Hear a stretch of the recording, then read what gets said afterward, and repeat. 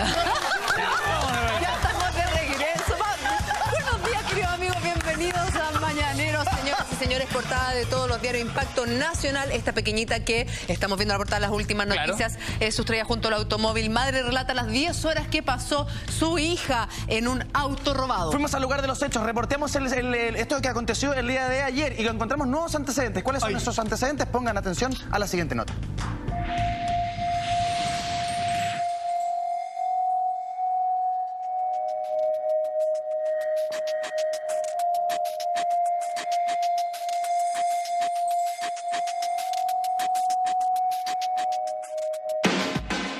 ...22:40 de la noche del día martes... ...y María Luisa Saravia con su hija Catalina... ...venían de regreso a su casa ubicada en Lampa. Pero cuando pasaban por Avenida Brasil con Santa Mónica... ...en la comuna de Santiago... ...la madre tomó la decisión de bajarse del auto para fumar... ...ignorando los hechos que acontecerían más tarde. Corrió, atravesó toda la Avenida Brasil... ...gritando que le habían robado el auto... ...y que dentro del auto estaba su hija. De a poco se fue desesperando más... ...llegaron algunas personas... Empecé a marcar a carabineros para avisarles. En eso pasarían unos 8 minutos, la mujer gritando, más calmada, eso sí. La subieron a un auto blanco, 2 personas, que me dio la idea que eran policías o detectives civiles, y se la llevaron. Aparentemente, mientras María Luisa fumaba, un hombre subió a su auto y se lo robó, sin saber que dentro de él estaba esta niña de solo 6 años, y que al parecer dormía. Desde ahí en adelante la búsqueda continuó durante toda la noche, hasta que a eso de las 9 de la mañana la niña fue encontrada a pocas cuadras de donde el auto fue robado, y aunque no lo crean, sí, seguía dormida. Ningún movimiento, nada, solamente se veía un vehículo estacionado. 8:30, un cuarto para las 9 llegó la PDI, en el cual en ese instante yo no me di cuenta en qué minuto sacaron a la niña. Una historia que al parecer terminó feliz, pero que aún no se ha cerrado porque ahora será la PDI la encargada de realizar la investigación, que lleva a saber si efectivamente los hechos ocurrieron así, o si dentro de esta versión hay otras historias que se esconden. ¿Hubo un intento de abandono por parte de la madre? ¿Que la pequeña durmiera más de 10 horas es algo normal? Voy a poner a disposición los antecedentes al Tribunal de Familia correspondiente para que ellos... Durante todo el día, María Luisa y su grupo más cercano se mantuvieron en silencio debido a las distintas versiones que rondan para este hecho, pero en medio del hermetismo logramos hablar con la tía de la menor. La niña está en perfectas condiciones, ella realmente no se dio cuenta de lo que pasó, durmió toda la noche, ¿ya? Ella no se dio cuenta, ella está feliz, ella vive su mundo, está tranquila, feliz y queremos que siga en eso. Bueno, la mamá no piensa hablar, no puede en este momento, no puede. Entiende su situación, ¿ya? No puede. Muchas gracias. Eso, pero la niña está bien y queremos, ojalá que los medios ya no den más información para que la niña no vea nada. Y eso sería la mejor ayuda que podrían darnos ahora. Porque la niña... Cuidado atrás, por favor. Estamos muy agradecidos toda la comunicación que hizo los medios, ¿ya? Pero ahora queremos que la niña ya esté tranquila. Lo cierto es que por hoy la pequeña Catalina ya está en su casa y podrá seguir durmiendo, pero esta vez en su hogar y con su familia.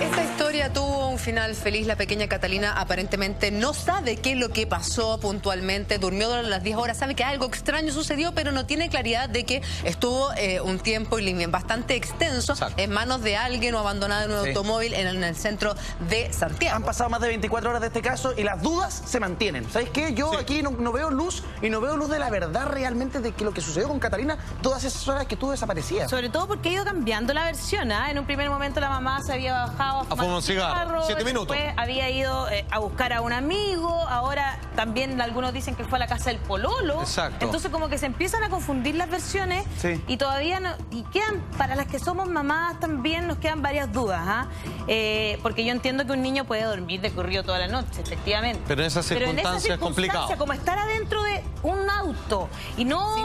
Sin taparse. Además que los niños son re buenos como para sentir que falta algo. Cuando no están cubiertos, por ejemplo, los cambios de temperatura, al cierre del programa de ayer nosotros hicimos un balance con las dudas que quedaban y que nadie se atrevía o que nadie tenía ninguna explicación. Primero era la cantidad de minutos que realmente la madre estuvo ausente. ¿A quién fue a visitar y por qué?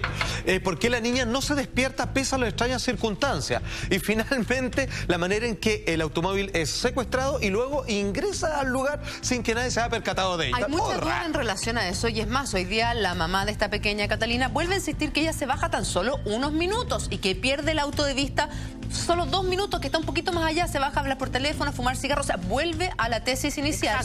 Y que siente el motor de su automóvil, corre y ya no está el automóvil y se tira al suelo, y donde distintas personas que iban pasando por el local, por el lugar, finalmente la ayudan y la llevan a Carabineros. Ahora, ella hoy día hace una declaración bastante curiosa y la hace en las últimas noticias. Dice lo siguiente: quiero hacerle un llamado a la persona que se robó mi auto y dejó a mi hija durmiendo. Gracias a Dios que la dejó así. Creo que hasta suavemente le cerró la puerta del auto al marcharse. Eso, quiero decirle gracias por haberse arrepentido de lo que había hecho y por dejar a mi niñita en paz. ¿Lo encuentran lógico? No, pues nada, de partida es un alto riesgo para la persona que secuestró el auto. Ya sí tratando de entender cuáles serían las intenciones, al ver que hay una pequeña, probablemente se asusta, no sé, pero ¿por qué no dejó el auto donde se encontraba? Se pegó una cantidad de molestia muy rara acá. Pero dicen que generalmente cuando se dan cuenta que hay un niño, lo dejan botado, porque en realidad el delito de secuestro es mucho más grave que robarse un auto. Por supuesto, claro que sí. Queremos revisar nuevamente las declaraciones de la tía de esta pequeña que pide lo siguiente. Mire. La niña está en perfectas condiciones, ella realmente no se dio cuenta de lo que pasó, durmió toda la noche, ¿ya? Ella no se dio cuenta, ella está feliz, ella vive su mundo, está tranquila, feliz, y queremos que siga en eso. Bueno, la mamá no piensa hablar, no puede en este momento, no puede. Entiende su situación, ¿ya? No puede. Muchas gracias. Eso, pero la niña está bien y queremos, ojalá que los medios ya no den más información para que la niña no vea nada. Y eso sería la mejor ayuda que podrían darnos ahora. Porque la niña... Cuidado atrás, por favor. Estamos muy agradecidos toda la comunicación que hizo los medios, ¿ya? Pero ahora queremos que la niña ya esté tranquila. Lo cierto es que... quieren de alguna manera que la niña esté tranquila, que la niña no se entere de más detalles de lo que pasó, es lo que dice la señora Gloria. Pero eso es bastante complejo y difícil. ¿No será mejor abordar el tema con ella? Yo entiendo lo que dice la señora Gloria, pero ellos tampoco saben de comunicación. Entonces yo le daría algunos consejos a la señora Gloria. ¿Cuáles? Y a toda la familia. ¿Qué consejos le Valle? Porque, a ver, nosotros hicimos la pega y gracias a que apareció en la prensa la pequeña Catalina, ¿no es cierto? Todo el mundo enterado. Es que la persona que la vio la reconoció, porque le vio el lunar y se dio cuenta que era ella. Entonces yo le diría que ya como que nos están dando las gracias, también nos den algunas explicaciones para que podamos cerrar el caso, porque si no el acoso de la prensa, señora Gloria, no va a parar. Y eso es porque finalmente lo que nosotros hacemos es ir a preguntar lo que a la gente le queda como duda. Cualquier persona que lee o ve este caso le queda como duda. ¿Y por qué? Porque ninguno de nosotros quiere que a nuestro hijo le pase algo parecido. Absolutamente. Entonces queremos entenderlo cabalmente, queremos saber qué pasó, paso a paso queremos entender este caso. Ahora, ¿cuál es el curso de investigación? Porque en algún momento incluso querían obviamente arrojar todas las culpas sobre el actuar de la madre, que la dejó un tiempo para nada prudente, esta pequeña dentro de su auto. Porque en estricto rigor, ¿queremos atrapar a la persona que se llevó el vehículo? ¿O quizás que la gravedad está en entender de cómo se dio esta situación? Quizás porque ahí está lo raro. Yo creo que son las dos cosas, y el fiscal lo dijo ayer. El fiscal dijo que por un lado iba a entregar los antecedentes al Tribunal de Familia por si existiese un abandono de parte de la madre, cosa que él duda, porque cuando la pequeña vio a su mamá la recibió con mucho cariño, mucho amor, era una relación bien unida. Pero por otro lado también está encontrada la persona que se robó este automóvil. O sea, igual hay un delito detrás, aunque haya dejado el auto y a la niña no le haya hecho nada. Igual hay un delito detrás que tiene que ser perseguido. Yo creo que hoy día hay doble tarea para las autoridades. Uno, lo que dice la Julia, encontrar a quien se llevó el auto. O sea, esa persona es clave para entender este puzzle. Saber qué es lo que hizo, dónde estuvo, por qué dejó el auto ahí. ¿Por qué se lleva el auto? ¿Tiene alguna relación con la familia? ¿Tiene alguna relación con la mamá? ¿Tiene alguna relación con Catalina? Esa persona es clave para esta investigación. Y lo otro es saber realmente qué fue lo que sucedió. Porque también hay un trance de tiempo entre que sucede todo esto y que se hace la denuncia y que se monta el operativo. Ahí hay unas horas de misterio bien extrañas. Hay cosas que no se entienden. Por ejemplo, que en el lugar en donde encuentran el automóvil, en Grajales, con Unión Latinoamericana, latinoamericana, Exacto. se decía que habían pasado 3 patrullas de la PDI. Claro. Y no había ningún auto estacionado, pero llega el señor que es panadero, que tiene la panadería ahí, y a las 5:30 ya lo había estacionado. Después llega el otro señor que tiene el otro También lo negocio, ve. que nos dio una entrevista, también lo ve. Y después se acercan a ver que estaba precisamente la niña y que no estaba estacionado bien apegado, sino que estaba como casi abandonado en la mitad de la calle. Entonces hay una serie de preguntas que uno se hace y que uno también quiere saber que esa niña hoy día y de hoy en adelante esté bien. O sea, más allá del deseo de la familia, decir, ¿sabéis qué? Tapemos con tierra esto, ojalá que esta pequeña no se entere. Eso no se va a lograr. Esto ya está en la portada de todos los diarios. No, y además es mejor que enfrentarlo. No sabemos lo que ella vivió realmente. O sea, ella dice que se quedó dormida todo el rato y todo, pero en realidad no sabemos, po. En realidad no sabemos y yo creo que tampoco uno... O sea, yo seguiría interrogando a mi hija para saber, fíjate. Por cierto, como que no podría ¿Puede dejarla. tener algún tipo de sanción la mamá de Catalina por haberla dejado en el auto? Dormida. Escuchemos al fiscal, mira. Voy a poner a disposición los antecedentes al Tribunal de Familia correspondiente para que ellos verifiquen lo que tengan que establecer dentro de los parámetros de la ley. En cuanto a un delito penal, podríamos establecer un delito de abandono. Claro, se podría establecer Bueno. un delito de abandono, pero tampoco lo ve muy factible el fiscal. Por su cara uno puede decir como que más bien se están enfocando a lo que va a pasar con la persona, con este delincuente que robó este auto y lo dejó abandonado a pocas cuadras. Ahora ellos se quedan con la declaración de la madre porque ayer cuando Branco en distintas oportunidades le dice esto lo he hecho la madre antes de abandonar a su hija en el auto, dejarla para hacer compra por la que fuese, que cosa que no entendemos. Finalmente lo que el fiscal dice, según tenemos entendido, le hicimos esa pregunta tanto a la niña y a ella dijeron que no. Y como que quedó ahí. Me da la impresión así como que no hay mayor indagación respecto a eso. No creo eso, porque en realidad ellos investigan todo, ¿ah? También investigan las versiones. Yo no pondría en duda... Cotejan todo, claro. Exacto, cómo No, pero eso no funciona te- la Claro, policía pero de simplemente investigación. cito las palabras Claro. de él, digamos, No, como que era relajado con ese tema. El fiscal fue como que le bajó un poco el nivel de ansiedad que tenía la prensa porque ya se empezaba a especular que esto había sucedido a las 20:40 y que así la denuncia se había puesto 2 horas después. Entonces, claro, cuando tú pones una denuncia después de 2 horas, tú dices, hay algo raro o lo dejó el auto abandonado mucho más rato de lo que ella dice, que no fue solo un cigarro, que no fueron 5 minutos, sino que fue bastante más tiempo, o qué pasó en el entremedio que no se empezó a buscar de inmediato a la menor. Ahora, ¿por qué a mí? Y todavía yo creo no hay claridad en los horarios. Exacto, yo creo que ¿por qué es interesante este caso? Porque además, si lo juntamos con lo que había pasado el fin de semana en Punta Arenas y que trataron de robarse una guagua en un supermercado, Por ejemplo. uno como que igual quiere saber si las personas que hicieron esto iban a secuestrar a la niña Claro. o fue casual que se encontraron con el auto. Eso igual no se puede saber. Exactamente, Porque no se si hay un investiga crimen bien. organizado respecto a este tema. Y, Pepe, y no estaremos, abogado del diablo, no estamos siendo demasiado drásticos con esta mamá. Y capaz que la versión que ella da, claro, es contradictoria, pero que tiene que ver también con el estado de shock en el que quedó cuando la niña desaparece. Es muy probable. O sea, Ella ella dice- puede entrar en una crisis de pánico y no supo qué hacer, no supo cómo reaccionar, la gente la trató de ayudar. Oye, el miedo y ahí se empieza también, se borra, ¿cachai? el miedo a ser cuestionada. También a lo mejor a ella le da mucho miedo esto de decir que se bajó a fumar un cigarro y que perdió de vista en un momento el auto. Claro, a lo mejor ella no quería decir Claro. y se empezó a contradecir Se porque siente le da culpable miedo. de eso. Exacto. Que nuevamente volvemos a caer en lo mismo y volvemos a lo que hablábamos ayer, que la gran lección es que a nuestros hijos no los podemos dejar solo en el auto, aunque sea 5 minutos. nada. Siempre tienen que estar bajo nuestra vista. O sea, uno dice, de repente, hemos visto muchos casos de guaguitas, niños que los dejan en el mall por supuesto. encerrados o se bajan a buscar a alguien y dejan al niño en el auto. Los niños no pueden estar en el la auto propia casa, solitos con porque una hemos visto que hay piscina. consecuencias fatales. En tu incluso. propio jardín, o sea, te Pero en el explico auto para no, segundo, se pero puede en el morir auto es terrible. deshidratado. O sea, Sí, hemos visto el caso de un absolutamente. niñito en un jardín.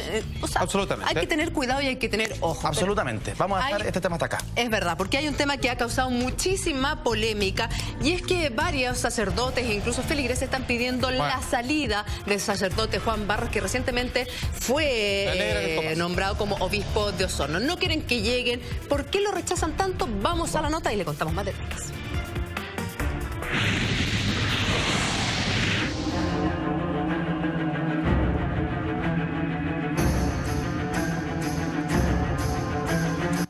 Vamos a grabar desde el principio para que no exista ninguna duda. En ese tiempo el padre Fernando estaba en boca de todo el mundo. Lo llamaban el Santito o Rey. Así fue como entré al bosque. A semanas de estrenarse la película sobre la historia de Caradima, la realidad que se vive en Osorno también parece ser parte de un film. Y es que esta manifestación muestra el descontento de feligreses, diáconos y curas de la Iglesia Católica El motivo, la llegada de Juan Barros, obispo castrense de Chile, quien fue discípulo de Fernando Karadima y al que se le acusa de ser defensor y encubridor de abusos sexuales. Yo no siempre me veo, pero siempre estoy. Karadima. Es bueno, parece. Carismático. Gracias a Dios, la Iglesia Católica no está llena de curas comunistas. El disgusto fue desde el momento que se enteraron que Juan Barros asumiría como obispo de Osorno el próximo 21 de marzo en el Templo Catedral San Mateo Apóstol. Yo tengo mi visión. Hay un dicho que dice, tú tienes tu verdad, yo tengo mi verdad. ¿Y qué es la verdad? ¿Cuál sería su visión? No, mire, yo no me voy a pronunciar en este momento. Déjeme un poco pensar en eso también, porque esto afecta a nosotros todos. Afecta a todos, a la iglesia, a nuestros feligreses, a todos y también a él. Las protestas se realizaron fuera del Colegio Santa Marta, posterior a que el obispo llegara a la ciudad tras haber estado en el extranjero. Y el descontento aumentó cuando desde Osorno le pidieron una reunión y él no aceptó. Le hemos solicitado una reunión con él ha rehusado reunirse con nosotros y no vemos ninguna otra forma más que protestar frente a una designación que nos deja perplejos, que no tuvo todos los antecedentes del Vaticano y mediante el cual nosotros vamos a seguir movilizados. Luego se juntó de manera privada con la diócesis local, pero cada día las molestias se extienden y las protestas en contra de que asuma no paran. Esta es una de las primeras movilizaciones, esto va creciendo porque los valores de nuestra iglesia acá en Osorno se sienten trastocados y las familias de Osorno van a levantar la voz porque no queremos en Osorno una persona que trabajó al lado del señor Karadima y ocultó muchas cosas. Una persona como él no debe estar ejerciendo el cargo de la iglesia católica. Así que por eso, como digo, no a barrio. Ese es el lema que tenemos hoy en Osorno, no a barrio. Sacerdotes de la zona también han tomado parte en este conflicto, mostrando su postura en contra de Barros, donde una treintena de ellos a mediados de febrero pidieron al nuncio no hacer efectiva la designación del nuevo obispo y además le pidieron a él que renuncie al cargo. Los parlamentarios también se pronunciaron. 51 de ellos firmaron una carta oponiéndose a la designación y solicitaron que el propio Papa se pronunciara al respecto. Además de la manifestación en Osorno, el conflicto se pronuncia en otras ciudades. Y en Santiago se podría realizar una protesta también, ya que Juan Carlos Claret se encuentra en la capital entregando documentación en la nunciatura chilena. Por el momento solo queda esperar. ¿Qué pasará? ¿Existirá la posibilidad de que Barros no asuma como obispo de Osorno? ¿Y qué ocurrirá con los feligreses y curas en caso de que el 21 de marzo asuma el cargo? Preguntas que intentaremos descifrar en su matinal Mañaneros.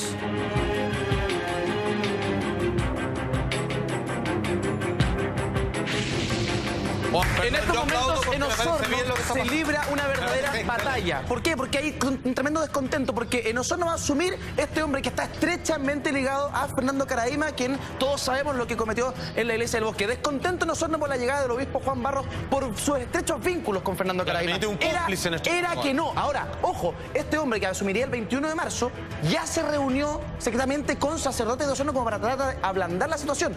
¿Qué va a pasar? Ahora, esto es más complejo todavía, porque Juan Carlos Cruz, que fue una de las víctimas de abusos por parte del ex sacerdote Karadima, incluso llegó a instancias como comunicarle al mismo cardenal Esati que este señor, que había sido nombrado obispo de Osorno, no merecía estar ahí porque según lo que él vivió y su propio relato, este señor era cómplice de los abusos de Karadima en la iglesia del Bosque. Y luego un cubridor. Y no solo eso, sino que además envió una carta a la Nunciatura Apostólica en Santiago contra el recién nombrado obispo, y en esa carta enviada el pasado 3, el anuncio apostólico que reside en Estados Unidos denuncia que el nuevo obispo de la diócesis de Osorno hizo todo el trabajo sucio de Fernando Karadima. Absolutamente. De hecho, parte de esas redes de protección es lo que se va a poder ver en la película, digamos que de ficción tiene bastante poco, del director Matías Lira, muy bueno él por lo demás, en donde tiene que ver ayer esto llamado El Bosque de Caradima sobre cómo, con imágenes bastante explícitas, del hombre bajándose los pantalones y donde claramente, digamos, el abuso y maltrato que hubo a todos los feligreses. Ahí estamos viendo la página de Ciper Chile que dice lo siguiente: la carta enviada al Vaticano que acusa al obispo Barros de ser cómplice de Caradima. En esta carta, Juan Carlos Cruz dice que efectivamente, bueno, lo saben ustedes, es una de las víctimas del sacerdote Caradima. Dice que de alguna manera estas amenazas a seminaristas, encubrimiento de abusos sexuales y ruptura de secreto de confesión serían parte de las cosas que habría cometido el recién nombrado obispo. Bueno, ¿saben lo que me pasa a mí? Que encuentro que esto es fantástico. Encuentro que es maravilloso que la propia comunidad de la Iglesia Católica osornina, ellos sean los que están llevando la bandera y se manifiesten contrarios a esto. ¿Por qué? Porque lo que vemos es que eso no está sucediendo en la Iglesia Católica y va muy contrario además a lo que ha dicho el Papa Francisco, digamos, claro, ¿no? Todo lo contrario. ¿Cómo es posible que una institución que está en cuestionamiento por casos tan graves como los que lo hemos conocido, ¿no es cierto?, todavía ponga a una persona y le dé un premio, digamos? O sea, porque no solo no los condenan, no solo no hacen nada, sino además los premian, porque ya eso ya es el colmo. Pues. Mira, en esta declaración que hace Juan Carlos Cruz, que es esta carta que le hace llegar al nuncio apostólico, incluso asegura que la mandó hasta el Vaticano, dice lo siguiente: hombres como Juan Barros no tendrían que estar a cargo de una diócesis. Juan Barros ha encubierto todo lo que le cuento, señor nuncio. Lo testificaré en el juicio civil en marzo. Dice que lo mandó al Santo Padre y a otras congregaciones en el Vaticano. Y como no veo que mi denuncia formal vaya a ninguna parte y para apoyar a los fieles de Osorno, que no se merecen un obispo encubridor, como nos dice el Papa, he decidido hacerla pública y quizás ayude a la opinión pública y se sepa lo que está pasando en Chile, que nada tiene que ver con lo que está diciendo el Santo Padre en Roma. Y yo creo que esa es la clave puntualmente que hace Juan Carlos Cruz. Cuando estamos viviendo una nueva Iglesia Católica, cuando estamos tratando de tener nuevos aires a partir de la llegada del Papa Francisco, que se nombre a una persona que haya estado vinculada tan estrechamente a Caradima, según el testimonio de una de sus víctimas de Caradima, me parece que es peligroso, por decirlo menos. Y ahí es donde uno se pregunta, ¿hay una nueva iglesia realmente? Y yo, perdón, que yo sigo aquí la más... Yo a veces me quedo con que eso es solo marketing, porque los hechos nos dicen lo contrario. Bueno, han habido algunos avances, pero atención, tenemos algunas declaraciones. Vamos a escuchar las declaraciones de Peter Keller, quien es sacerdote en estos momentos en Osorno y que está en el centro del huracán. Pongan atención a sus palabras, mira. Yo tengo mi visión. Hay un dicho que dice, tú tienes tu verdad, yo tengo mi verdad. ¿Y qué es la verdad? ¿Cuál sería su visión? No, mire, yo no me voy a pronunciar en este momento. Déjeme un poco pensar en eso también, porque esto afecta a nosotros todos. Afecta a todos, a la iglesia, a nuestros feligreses, a todos y también a él. Claramente afecta a todo, y sobre todo cuando el Papa Francisco pidió a los obispos que tengan ojo y a los responsables religiosos de a quienes nombran y de que por favor no se encubran más casos. Exacto. Lo que pasa es que hasta hace muy pocos años existió un proceso que es conocido como el derecho canónico, que es una especie de ley paralela que tiene la Iglesia Católica, que muchas veces, dado su nivel de influencia, está por encima de la constitución de ciertos países. Pues bien, esto ha ido desapareciendo gracias a ciertas gestiones que ha hecho el Papa Francisco. Sin embargo, esta reubicación, como bien decía Alejandra, que parece un premio, o de alguna manera es bastante discriminatoria, porque en realidad es como decir, a este tipo lo sacamos de la capital y lo colocamos en un lugar relativamente más apartado, donde no haga tanto ruido, pero que pocos se preocupan si puede volver a incidir en los actos de los cuales se culpa. Pero en ese sentido,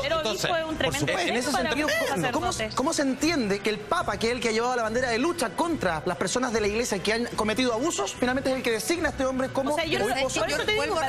vuelvo a rescatar lo que está pasando en Osorno. Mire la gente está enojada, la gente no son creyentes, es gente que exija que la iglesia sea como ellos merecen. Quieren que efectivamente una persona que está ligado a Caradima asuma como obispo, sobre todo en esta nueva fase de la iglesia. Si el mismo Papa está diciendo que no se pueden seguir encubriendo casos como lo que hemos conocido, ¿por qué entonces un señor que estuvo ligado a esto y que según las declaraciones de Juan Carlos Cruz son bastante fuertes? O sea, habría visto todo lo que pasaba en la iglesia del Bosque y no hizo absolutamente nada. Claro. ¿Qué dicen los feligreses de Osorno? Pongan atención a lo siguiente. Él ha rehusado reunirse con nosotros y no vemos ninguna otra forma más que protestar frente a una designación que nos deja perplejos, que no tuvo todos los antecedentes del Vaticano y mediante el cual nosotros vamos a seguir movilizados. Esta es una de las primeras movilizaciones, esto va creciendo porque los valores de nuestra iglesia acá en Osorno se sienten trastocados. Y las familias de Osorno van a levantar la voz porque no queremos en Osorno una persona que trabajó al lado del señor Caradima y ocultó muchas cosas. Una persona como él no debe estar ejerciendo el cargo de la iglesia católica. Así que por eso, como digo, no a barrio. Ese es el lema que tenemos hoy en Osorno, no a barrio. No a Barros es el lema que tienen en Osorno. nomás. No lo quieren aceptar como el nuevo obispo de Osorno. Pero ¿sabéis qué me llama la atención? Porque finalmente, ¿quiénes son los que construyen la iglesia? ¿La curia? No, los fieles. Por supuesto. Entonces, si los fieles están rechazando al obispo y con esa, Aplastan su fe, Julia. con esa categoría, con ese implacable, o sea, están siendo súper implacables, y de hecho a través de Twitter hay muchos mensajes. La gente ya se está manifestando. Sí, ha reaccionado a nuestra conversación. Karina Rifo Toledo nos dice: Osorno está en guerra. Nadie quiere un sacerdote que no cuide a nuestros niños y jóvenes. Todos decimos no Barros. Oye, es que es la reacción de toda la gente, de todo el pueblo. Muy feliz de ver esto, porque Absoluto. efectivamente es ya la comunidad católica la que se está manifestando, y esto creo que es un cambio en Es un nuestra... despertar. Es un despertar justamente Finalmente, quienes en las son personas. iglesias es la comunidad. Exacto. ¿Cómo va a haber un obispo, un pastor, que tiene que guiar a sus ovejas? Va a ser una persona que es rechazada y con argumentos que son realmente importantes.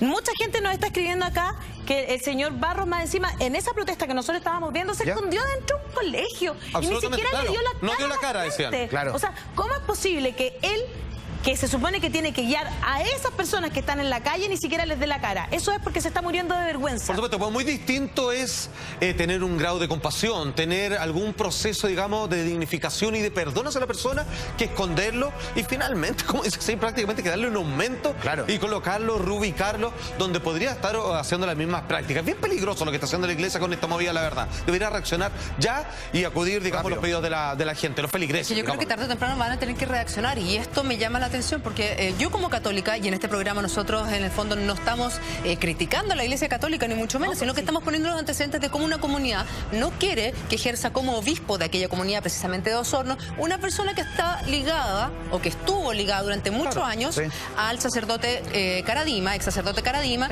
y la gente se sigue manifestando en Twitter y la gente quiere que se escuche su opinión, y la verdad es que dicen lo siguiente. Felipe Zurita, el obispo Juan Barros envió un comunicado público contra quienes denunciaron a Caradima. Esa clase de persona es. Imagínate. Mira, o sea, él no solo manifestarlo públicamente. Ojo ahí, ojo, eso fue el comienzo cuando saltan las primeras denuncias contra Caradima, y eso, pero Ale, perdona. Pero ¿en qué lo convierte? Que salieron muchos feligreses. Yo iba a la iglesia del Bosque y salieron muchos feligreses de la iglesia del Bosque a rasgar vestiduras. Hasta el día de hoy. Pero no es el señor lo mismo, Caradima era inocente. No es lo mismo, Julia, porque los feligreses que se pueden haber manifestado no creían y no habían visto nada, pero este señor sí estaba ahí, él sí sabía lo que pasaba. Claro. Y cuando escribe una carta para denostar a quienes denunciaron a Fernando Caradima, no solo está encubriendo, sino que además está tratando de denostar para los testimonios de testimonios cosas que él sabía que eran verdaderas. No, y de jóvenes abusados. Que además, recordemos que si hemos tenido la oportunidad de entrar un poco en los testimonios, había un abuso del secreto confesión. O sea, estamos hablando de la peor categoría de personas. Estamos hablando de personas que no solo abusaban, sino que además se adueñaban de tu confianza, te confesaban, y como tú te confesabas, ellos sabían tus máximos secretos, tus máximos pecados, y lo usaban en tu contra si es que no como moneda de cambio lo que ellos querían para seguir ejecutando, digamos, todas estas violaciones. Yo no soy católica, pero creo que eso es o sea, eso es lo más respetando la fe del resto, creo que es lo más bajo que le puede pasar a una persona que es católica.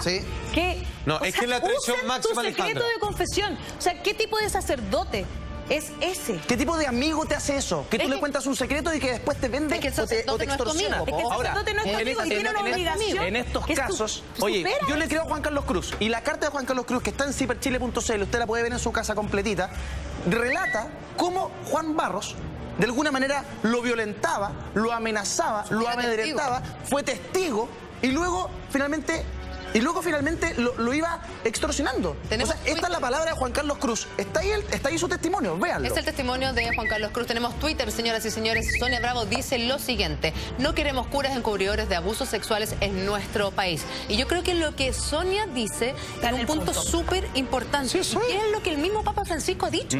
El mismo Papa Francisco dijo: en esta nueva iglesia que estamos formando, se acabaron los lujos, se acabaron las mansiones, se acabaron los Mercedes y los Rolex de 5 millones de pesos que algunos algunos sacerdotes, incluso en nuestro país, señoras y señores, sí tenían. Se acabaron las catedrales, como están en el sector oriente, hay una catedral, que es un molde de la fe, como le dicen. Un lujo asiático. Un lujo asiático. Se acabaron todo eso, pero también se acabaron a los encubridores. Ya no se va a sacar a un sacerdote que está siendo denunciado por abusos de un país para tirarlo a otro país, como antes en Chile era muy, pero muy utilizado. A propósito de lo que tú estás diciendo, Juli, mira, bajo con este Twitter, la gente se está manifestando. Juan Manuel Casanova, palabras del Papa, textual: no hay absolutamente lugar en el ministerio para quienes abusan de los menores. Entonces, perdón, explíquenme esta designación entonces. Pero lo hemos conversado. Ojo, que Caradima es el que se le comprobaron los abusos. Ojo, no hay que mezclar las cosas. No, pero se le comprobaron los abusos, pero este señor trabajaba con Caradima.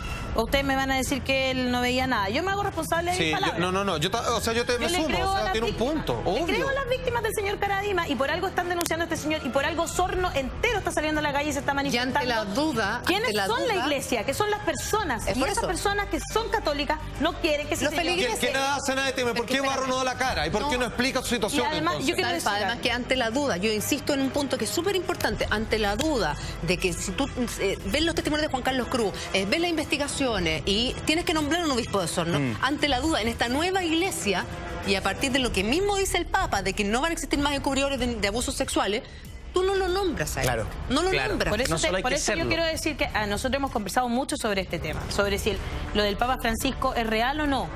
Yo, mientras la iglesia no actúe de la misma manera en que habla, no voy a creer que la iglesia ha cambiado. Te están dando luces. Pero que si puede decir lo que quiere el Papa, pero cuando designan a este señor obispo, claro. ¿Dónde está Hay una la consecuencia con esas palabras? Hay una incoherencia. Sí, pero es un trabajo más a largo plazo, lo hemos hablado largamente. En algún momento la iglesia se separó absolutamente de lo que éramos nosotros los feligreses. En algún momento estaba el oro y nosotros que estábamos acá con hambre, y lo hemos hablado 1000 veces con Salfate. Y en este reencuentro que está provocando el Papa Francisco, y hay muchos poderes dentro del Vaticano que son bastante contrarios a lo que él piensa, digamos, están en problemas. Claro, es un trabajo bastante más a largo plazo, no es tan fácil.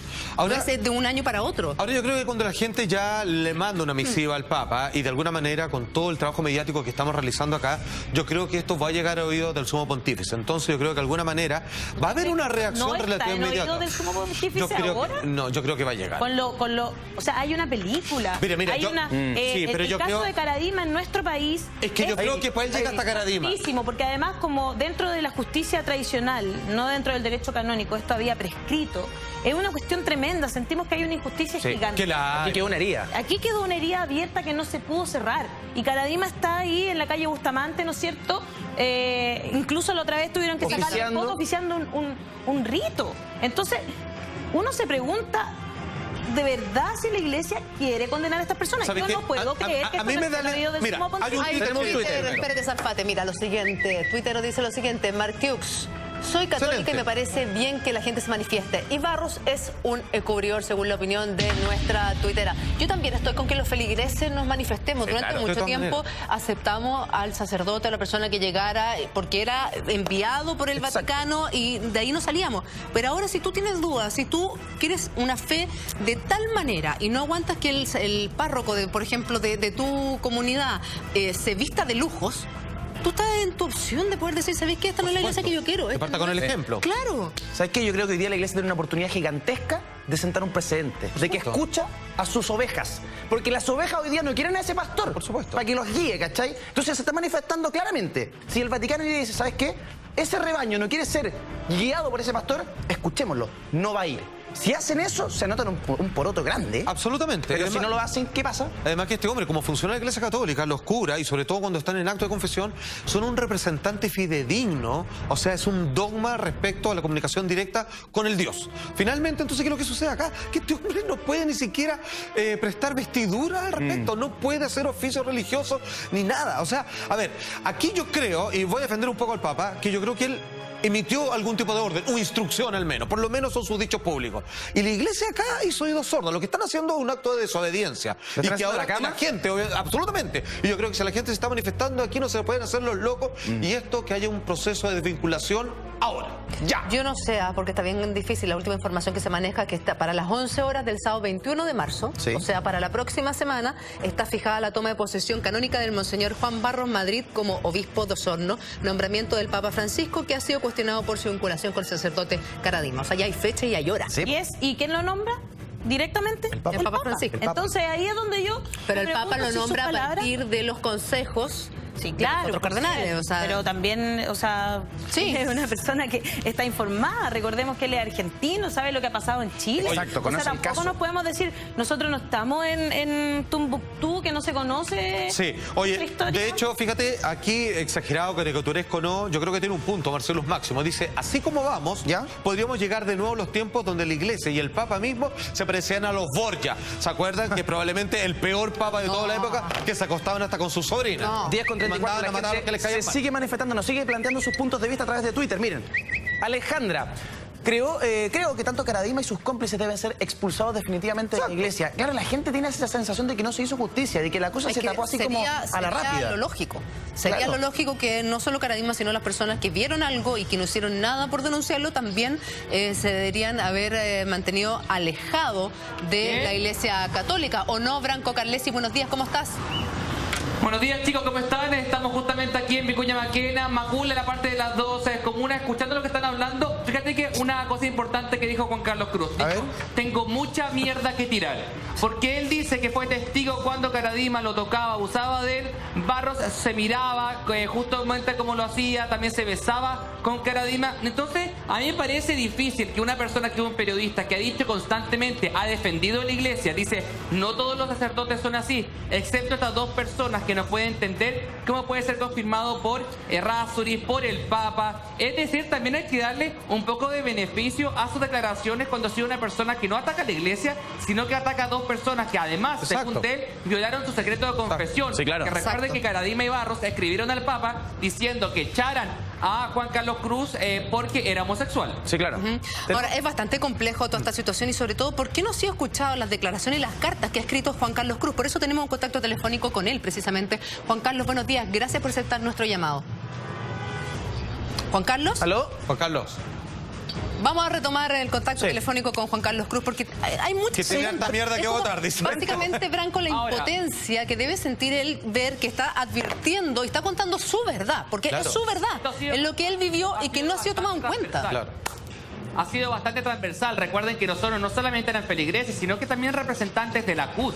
Quiere decir que los católicos y los feligreses que están en todas las partes de la sociedad, hay un llamado que la iglesia chilena se está rehusando a oír. Y finalmente la iglesia católica está demostrando que no es democrática. Nunca ha dicho que lo sea. Pero en los tiempos de hoy, cuando la población tiene más poder a través de las redes sociales, más opinión y más información, la iglesia católica Exacto, debería aprender a escuchar a las personas que lo conforman. Sí, porque claro. cada vez, lo podemos ver en los censos, cada vez menos personas se declaran católicas. Ese es un punto Branco será. importante, por que lo era lo que mismo. decíamos, porque la iglesia finalmente somos los fieles.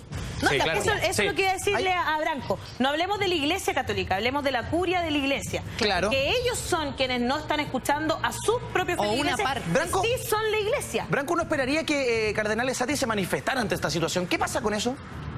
Usualmente el cardenal Esati se ha acostumbrado a no contestar las preguntas de la prensa y cuando contesta finalmente como alguien de iglesia con buenas palabras y buenas intenciones. La única vez que lo hemos oído directamente responder era cuando un periodista le preguntó por qué estaba ocultando información acerca de los abusos de la iglesia católica. Él dijo que jamás había habido abusos y generalmente el cardenal Esati solamente responde a preguntas cuando le afecta directamente a él. Es muy difícil verlo responder preguntas que afectan a la curia o a la iglesia en sí. Y eso debe de molestar a muchos de los Ahora, feligreses. según tu opinión, porque ya hay fecha y hora, el próximo 21 de marzo a las 11 de la mañana estaría tomando posesión el nuevo obispo de Osorno. ¿Esta situación podría cambiar o ya es irreversible? Yo creo que es irreversible. A mí lo que me gustaría preguntarle justamente al nuevo obispo si tiene el apoyo de Fernando Caradima, porque ciertamente él continúa en visita, mantiene la relación. Bueno, preguntémosle si alguien que fue finalmente juzgado como la iglesia católica, que es Fernando Caradima, lo apoya, admite, ¿qué piensa él? Veamos cuán cercanos somos. La prensa no está haciendo un buen trabajo en el sentido de ayudar a los feligreses a enterarse de qué piensa justamente la iglesia católica. Pero cambia algo que siga siendo cercano el día de hoy a Caradima. Yo creo que no cambia mucho la historia. No, o sea, para la nada. historia es la misma. Además, lo mismo. Además que el hombre lo más seguro es que... Muchísimo. ¿Por qué? Por Cambia muchísimo porque un cura que está finalmente a través de un juicio canónico que no se le permite hacer misa, que continúa haciendo misa en una familia muy poderosa de este país. Se le ha pillado. Es una cosa que finalmente no es un mal mensaje, como un obispo que va a representar a toda una región. Sí, claro, pero no cambia la historia, po. No cambió lo que hizo, Franco. Claro. Si en su momento él no condenó hechos como los de Fernando Karadima, vamos a esperar que él condene ahora, por ejemplo, si se encontrara con un caso igual, lo condene. O sea, de verdad, ese hombre va a estar a cargo de los niños, de los jóvenes.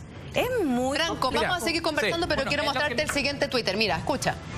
Marcos Navarro dice, soy de Aysén, y si la iglesia piensa que escondiendo a estos curas la ciudadanía no se iba a dar cuenta... Me imagino que quiere decir se equivocó, claro. Se equivocó. Exacto. Branco. Claro.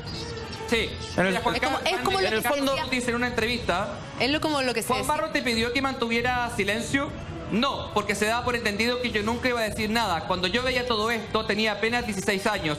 Se asumía que uno siempre se iba a quedar ahí, pero si alguien se iba, le destrozaban la honra. Como Karadima sabía cosas más en secreto de confesión y no podía hablar, se lo contó a Juan Barros y él escribió una carta a las autoridades para que me echaran. Me encantaría, cuando tengamos contacto con Juan Carlos Cruz, preguntarle finalmente si encaró a Barro y a Karadima que revelaron su secreto de confesión. Branco, también da la sensación a través de las opiniones de la gente, que la gente tiene la sensación en el sur de que estos personajes que son polémicos, estos personajes que sacan roncha, son enviados hacia allá como al destierro, pero para que pasen piola, ¿o no? No, recuerda que se mandan a España. No, no necesariamente. O Osorno o Aysén. ¿Te puedo contar algo? Acuérdate del cura Tato. ¿Dónde lo mandaron al cura Tato cuando salió el Villa María? ¿A dónde lo mandaron? Yo creo a una población lo mandaron. Por supuesto. Yo creo que la gente no entiende es la diferencia entre juicio canónico y el juicio normal, legal, que afecta a toda la población. ¿Qué es lo que explicábamos, Branco, eso? La diferencia, que el Papa de alguna manera trata de que se separara esa línea y que de alguna manera el derecho canónico se expresa al interior de la Iglesia, pero que no se va a ejercer por sobre la ley de un país. Es que ¿sabes lo que pasa? ¿No está sobre la ley del país? No está sobre la ley del país, porque en este caso... Pero por red de influencia sí parece. En este caso particularmente era muy complejo, porque finalmente habían prescrito los delitos en el yo quiero explicar eso, tampoco la justicia... No podía hacer mucho más. No podía, la justicia civil no podía hacer más, porque esos delitos ya habían prescrito. Pero, ¿sabes, Franco? A mí lo que me hace cortocircuito de este tema es como ver que están investigando a ciertos sacerdotes que han dicho su verdad en los medios de comunicación, que una verdad que llama a construir una sociedad más justa, a construir una sociedad sin lujos. Todos sabemos de qué sacerdote estamos hablando y están siendo investigados por sus declaraciones que han hecho en la prensa. Y un sacerdote que posiblemente vio cosas, según lo dice Juan Carlos Cruz, tampoco lo que pasa, en el ojo del pero a ver, incomprensible. Hay que entender que el caso a Karadima sí pasó por el filtro de la justicia, pero en estricto rigor estas prácticas de que cuando lo pillaban en falta un curita, que lo mandaban a un lugar a 2 regiones de distancia, eso es una práctica que existe por eso, eternamente. Entonces todavía insisten en eso. No, pero a ver, Branco. Es que yo... Perdona, ustedes, si no le molesta a la gente o a la población que a una persona antes la excomulgaban porque se casaba nuevamente. Sí, claro. O porque habían hechos sociales y finalmente a estos sacerdotes que estaba demostrado que finalmente toqueteaban al niño, molestaban al niño, y perdona, el único castigo que se vayan a encerrar a descansar y que siguen haciendo misa. ¿Cómo no le va a molestar a la población ese tipo de respuesta por parte de la Iglesia Católica? Pero peor aún, pues, y este caso es peor, pues, Franco, porque el gallo lo están poniendo a cargo de una comunidad completa, de Osorno entero. Como general de la fe. Es incomprensible. Él es el pastor que tiene que guiar a esas personas. Es que ¿sabéis qué es lo que me pasa a mí? Es que si él no vio nada, si él es otra víctima más de Karadima, porque pongámonos en ese caso, también puede ser. Si él nunca vio nada, fue otra víctima más de Karadima, ¿por qué no sale a contar su verdad? Es que eso es. No, pero es que además, en ese caso, habría que investigarlo. Debiera. Y una investigación lleva tiempo. Y en todas partes eso debería estar, entonces debería estar congelado, pero no poniéndolo a cargo de una comunidad entera. O sea, ¿me explico? Sí, pues hay una duda razonable mientras tanto con él, por lo menos. Y además que hay una cosa que es interesante, o sea, desde el punto de vista comunicacional, yo creo que los feligreses no le van a creer a la Iglesia mientras la Iglesia no actúe en concordancia con las palabras. Vale, atención, Branco. Atención con lo que dice Juan Carlos Cruz en una entrevista que fue hace poco. Dice, ¿cuál era la estructura de la protección de Fernando Karadima? La red de protección llegaba hasta las más altas esferas, desde los cardenales anteriores a Francisco Javier Errázuriz, los obispos del Bosque, más los empresarios, los generales de Pinochet. Yo nunca he visto una red de protección tan grande. Son acusaciones bastante importantes que hace Juan Carlos Cruz Y yo creo que en pos de la realidad y de la transparencia que vamos a hablar con él, preguntarle efectivamente quién está protegiendo a Barros, porque esto merece mucho tiempo. Su designación debería haber sido cancelada hace muchísimo tiempo más. Es decir, esta esfera de protección llega hasta las más altas esferas de la Iglesia Católica en nuestro país. O no se están haciendo bien las cosas, quizá. O en el Vaticano, ¿eh? Claro. También. Puede ser. El Vaticano, no solo en nuestro país. Sí. Ahora hay gente que se manifiesta, hay gente que está enardecida acá, Branco, y dice, por ejemplo, por cosas como esa, y pese a haber sido criado católico, yo mantengo a mi hijo fuera de la iglesia. Mira, y eso es que están no pueden pagar consiguiendo. justos por pecadores. Pero eso consiguen, porque si la iglesia, digamos, mala claro. y coloca gente así, olvídate. @Mananero en la red, ustedes pueden compartir todas sus opiniones con nosotros, la gente se sigue manifestando. Mira, Jaime Martínez, no soy de la iglesia, pero estas cosas son repugnantes, no deben pasar aquí ni en cualquier parte. No Barros. ¿Sabes que la determinación de la gente para opinar es súper clara? La tienen clarita. Yo, Branco, no sé si hay algún precedente anterior respecto a una situación similar. No respecto de los vínculos con Caraima, pero sí de una persona que haya sido anunciada que va a asumir un cargo y que a raíz del fervor de la gente, de los fieles de la iglesia, no se haya concretado. ¿Eso ha pasado alguna vez? Bueno, recuerden que países europeos como Irlanda y también hay otros países que se han anulado nombramientos o cancelado los nuncios apostólicos que tienen los sacerdotes, pero son casos muchísimo más fuertes porque estamos hablando de 80, 100, 150 niños. Son casos bastante impactantes. Aquí, aunque sea un niño, da lo mismo, Branco. Perdona que te interrumpa ahí, aunque sea un niño, no va por la cantidad, lo trágico y doloroso que es. Va por, ya sea 1 o 100 abusos, es el crimen, mismo. igual lo mismo. A lo que me refiero, que finalmente esto pasa en muchísimos países, que hay casos que increíblemente son mucho más amplios. Sí, estamos de acuerdo. El caso de nosotros, pero la gravedad es la misma. Panel. Pues te pongo un caso mío, sin ser egocéntrico. Pero yo estuve en colegio católico, en un colegio donde un sacerdote era justamente, se me olvida siempre el nombre, el cura que tuvo el tema con la niña de las adopciones. Joanon. Que casó a mi papá. Fíjate que Colegio Católico, Universidad Opus Dei, y yo por estos casos finalmente ya no me siento católico. Bueno, lo que muchos opinan es lo mismo. Todas muchas cosas, y a muchos les pasa lo mismo. Pero sabéis que yo también, mira, yo tengo una historia con los sacerdotes bien particular. ¿Ah? Yo, mi familia es muy católica. ¿Ya? Todos los domingos iban precisamente a almorzar el cura Jolo, que ya no es sacerdote, el cura Tato. Entonces, créeme que conozco el lado oscuro de la fuerza. Sí, de todas maneras. Y sabéis que no por eso hay que castigar a toda la iglesia, porque hay tremendos sacerdotes que se sacan la cresta todos los días por llevar la palabra del Señor, por hacer evangelio. Bueno, de hecho hay un sacerdote que está ahí con la gente. Exacto. Ahora, en Osorno la gente está indignada, la gente está tremendamente molesta. Me encanta. Si tú revisas en detalle las imágenes, escuchen por favor el fervor, la molestia y el descontento que hay en Osorno. Mira. Excelente. ¡Barros fuera! ¡Barros fuera! ¡Barros fuera!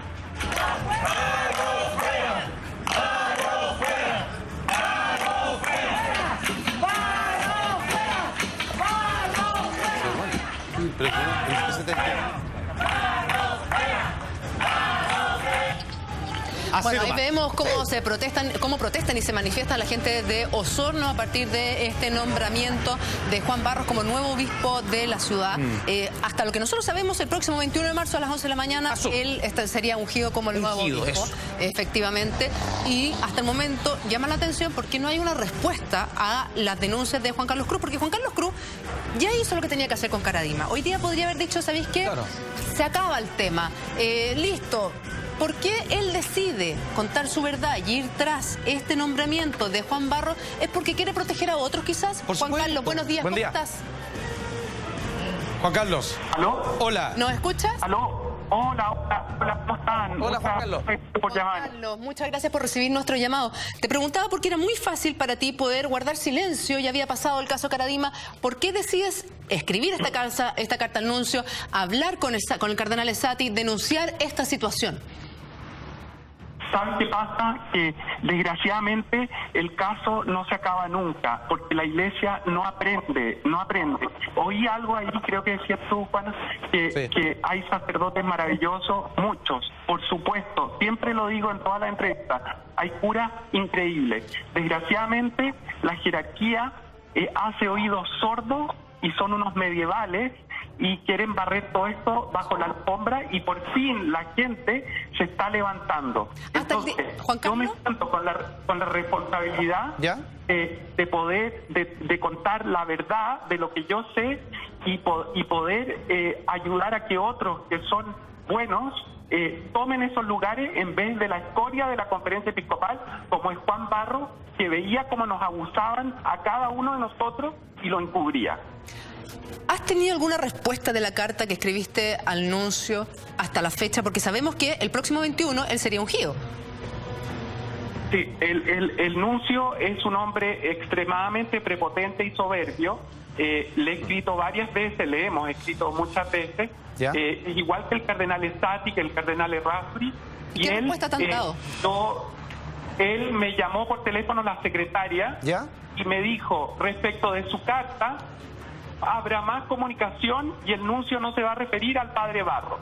Punto. Esto fue todo. Yo le dije, esa es la respuesta. Y la secretaria me dijo, como un poco avergonzada, me dijo, esa es. Y yo le dije, bueno, dime. Branco Calesi te pregunta desde la calle. Adelante. Branco, dale. Me gusta, Juan Carlos, la verdad que tú hablaste con los guionistas del Bosque de Caradima. Me parece interesante porque la gente que va a ir a ver la película, ¿de verdad refleja lo que te sucedió de alguna forma para que entienda más el caso? Sabes que, Branco, hola, yo no he visto la película, así que no sé. Yo hablé no está disponible con los actores, pero yo no he visto la película, entonces no sé. Juan Carlos, volviendo al caso del señor Barros, ¿tú crees que de cierta manera hay una red de protección hacia él en este momento? ¿Y quién lo estaría protegiendo en ese caso? ¿Y por qué en realidad? Sí, mira, no solo hay una red de protección con Barros, hay una red de protección enorme entre la jerarquía de la Iglesia, que es una vergüenza. O sea, si tú oyes a un papa, que esa es la gran contradicción, si tú oyes a un papa que dice, no encubran, hay que proteger a las víctimas de abusos sexuales, no puede pasar nunca más, y sin embargo, ponte tú, pone a un Errázuriz en el pequeño comité de reformadores, nombra a cardenal a Estati, nombra a Barros a obispo de Osorno.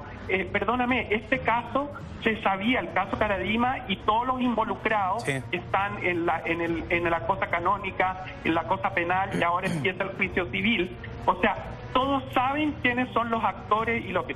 Si él fuera un papa ucraniano, yo te entiendo que quizás no supiera, pero el papa a 1:40 de vuelo de Buenos Aires, a Errázuriz, sabiendo todo lo que pasaba, perdóname, no es excusa. Entonces, esa es la gran contradicción del Papa. Juan Carlos, que dice las cosas correctas, pero no actúa. Juan Carlos, ¿a ti qué te pasa con esas designaciones, con esos nombramientos? Después de todo lo que viviste, después de todo lo que ha pasado. Perdóname, yo jamás me he querido hacer la víctima, pero yo te digo, yo tengo amigos que se han suicidado por esto. Conozco gente que conozco gente, y perdón que me emocione, pero conozco gente que todavía no es capaz de verbalizarle a su señora, a su familia, los abusos. Y esta gente se sigue nombrando y premiando entre ellos, es revictimizar a todo el mundo. Si no somos Jimmy Hamilton, Juan Carlos, perdona, y yo nomás, hay mucha gente. Estás hablando de otras víctimas, súper cortito, pero finalmente ¿son víctimas de Barros específicamente? No, son víctimas de Caradima, por ejemplo, en el caso mío, y conozco a víctimas de otros curas, conozco a víctimas de Pre, conozco a víctimas de otras, pero en el caso de Caradima conozco víctimas que están calladas todavía y que de las cuales Barros sabe perfectamente cómo nos abusaba Caradima, porque él era mayor que nosotros, miraba, él se toqueteaba con Caradima también y se besaba con Caradima y veía cómo nos abusaban a nosotros. Entonces, dime tú cómo yo no voy a reaccionar frente a un nombramiento, a un premio así. Y lo siento por la gente de Osorno, pero por otro lado me alegro que se estén levantando. Juan Carlos, él nunca hizo nada por tu testimonio, a partir de tu opinión, de lo que tú viviste, por terminar con los abusos en la Iglesia del Bosque. Tú me dices, ¿Juan Barros hizo algo? Sí. Juan Barros no hizo nada. Juan Barros lo único que ha hecho es mentir y decir que se enteró por la prensa de los abusos de Caradima. Dime tú, eso es como una patada donde tú sabes a cada uno de nosotros qué se ha creído el desgraciado. Él estaba parado ahí, el mentiroso, cuando nos abusaban. Él hacía cosas con Caradima y además le hacía el trabajo sucio a Caradima con otras cosas favores para el cardenal, ¿sabe? Como él era secretario del cardenal, nombramientos que a Caradima le convenían, de gente que iba a ser favorable. Oye, Juan Carlos, solamente... Juan Carlos, disculpa, solo para entender, en tu opinión, dentro de lo que tú conoces, lo que tú experimentaste, esta red de protección, según entiendo, a veces no simplemente tiene que ver con la imagen de la iglesia o con respetar los hábitos de ciertos personajes en particular, sino porque a veces si cae uno, pueden caer otros más.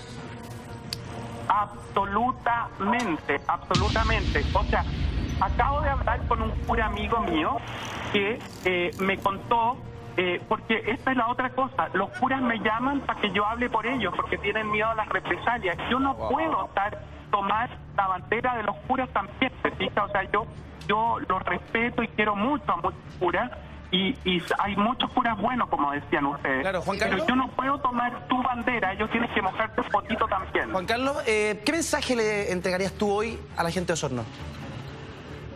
Yo le diría a la gente de Osorno que son unos valientes, que los admiro de corazón, que les doy gracias por levantarse frente a la injusticia, les doy gracias por levantarse, por querer hacer una iglesia mejor y también por no permitir que la iglesia en esta medievalidad que viven nos sigan poniendo la pata encima a todos. Hoy día hay un artículo del arzobispo Goy en La Tercera diciendo, hoy hay una gran mala opinión de los políticos, de la ética, de qué sé yo. Sí, claro. Y de la iglesia nada, en La Tercera hoy día.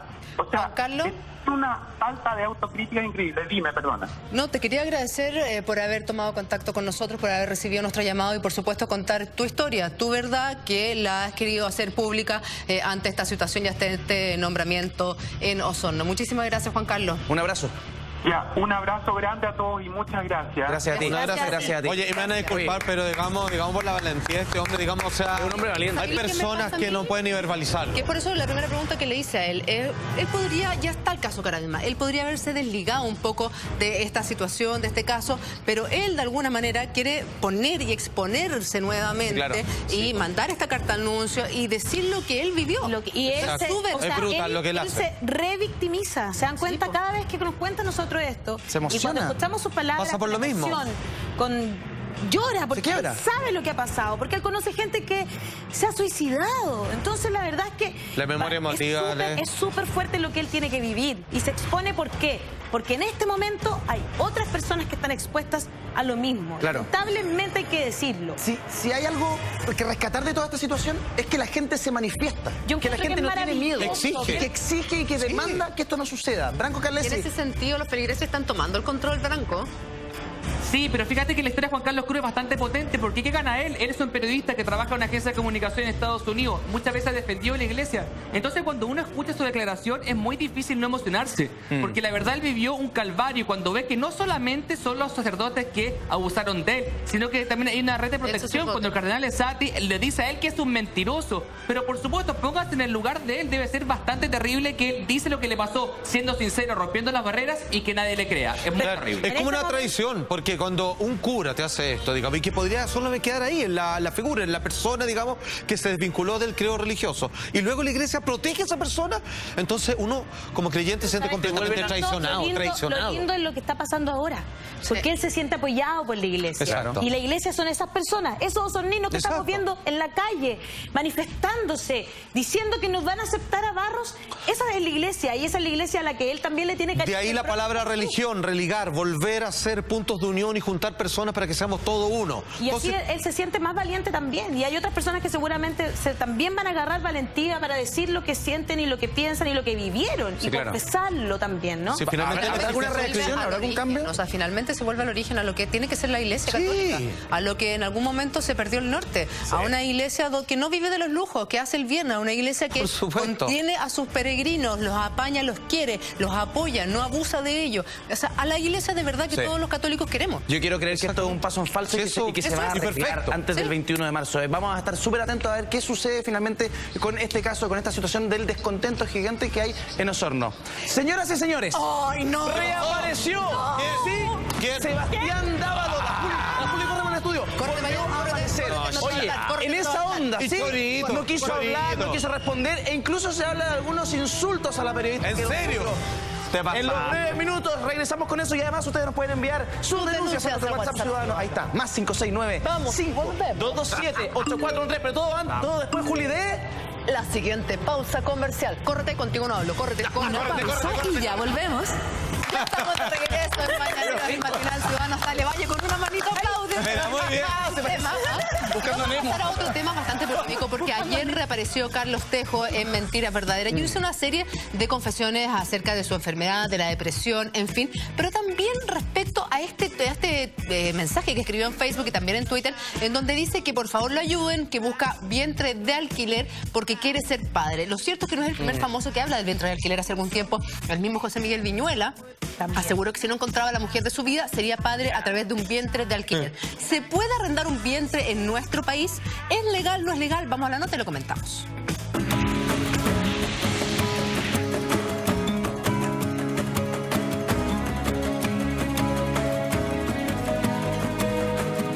¿Usted ha escuchado sobre las madres sustitutas o vientres de alquiler? Y es que en Chile no es una realidad que se dé comúnmente, pero ¿qué es? Entendido como uso del útero de la mujer y del cuerpo de la mujer para recibir un huevo fecundado con óvulos que no son de ella. De tal manera que óvulos de otra mujer, cuando los fecundan, se implantan dentro de su útero y ella mantiene el embarazo en curso y hasta el momento del parto. Y es que literalmente una pareja arrienda el útero de una tercera mujer, pero no solo heterosexuales con imposibilidades de tener hijos, sino que también homosexuales. El tema tiene que ver con la paternidad de los homosexuales y creo que hay un tufillo de enjuiciar eso es lo que siento yo. Si tú a los gays no los vas a dejar adoptar, los gays van a terminar teniendo vientre de alquiler. Yo no lo haría, yo tendría como prioridad adoptar, pero no nos dejan adoptar. Entonces, ¿qué quieren?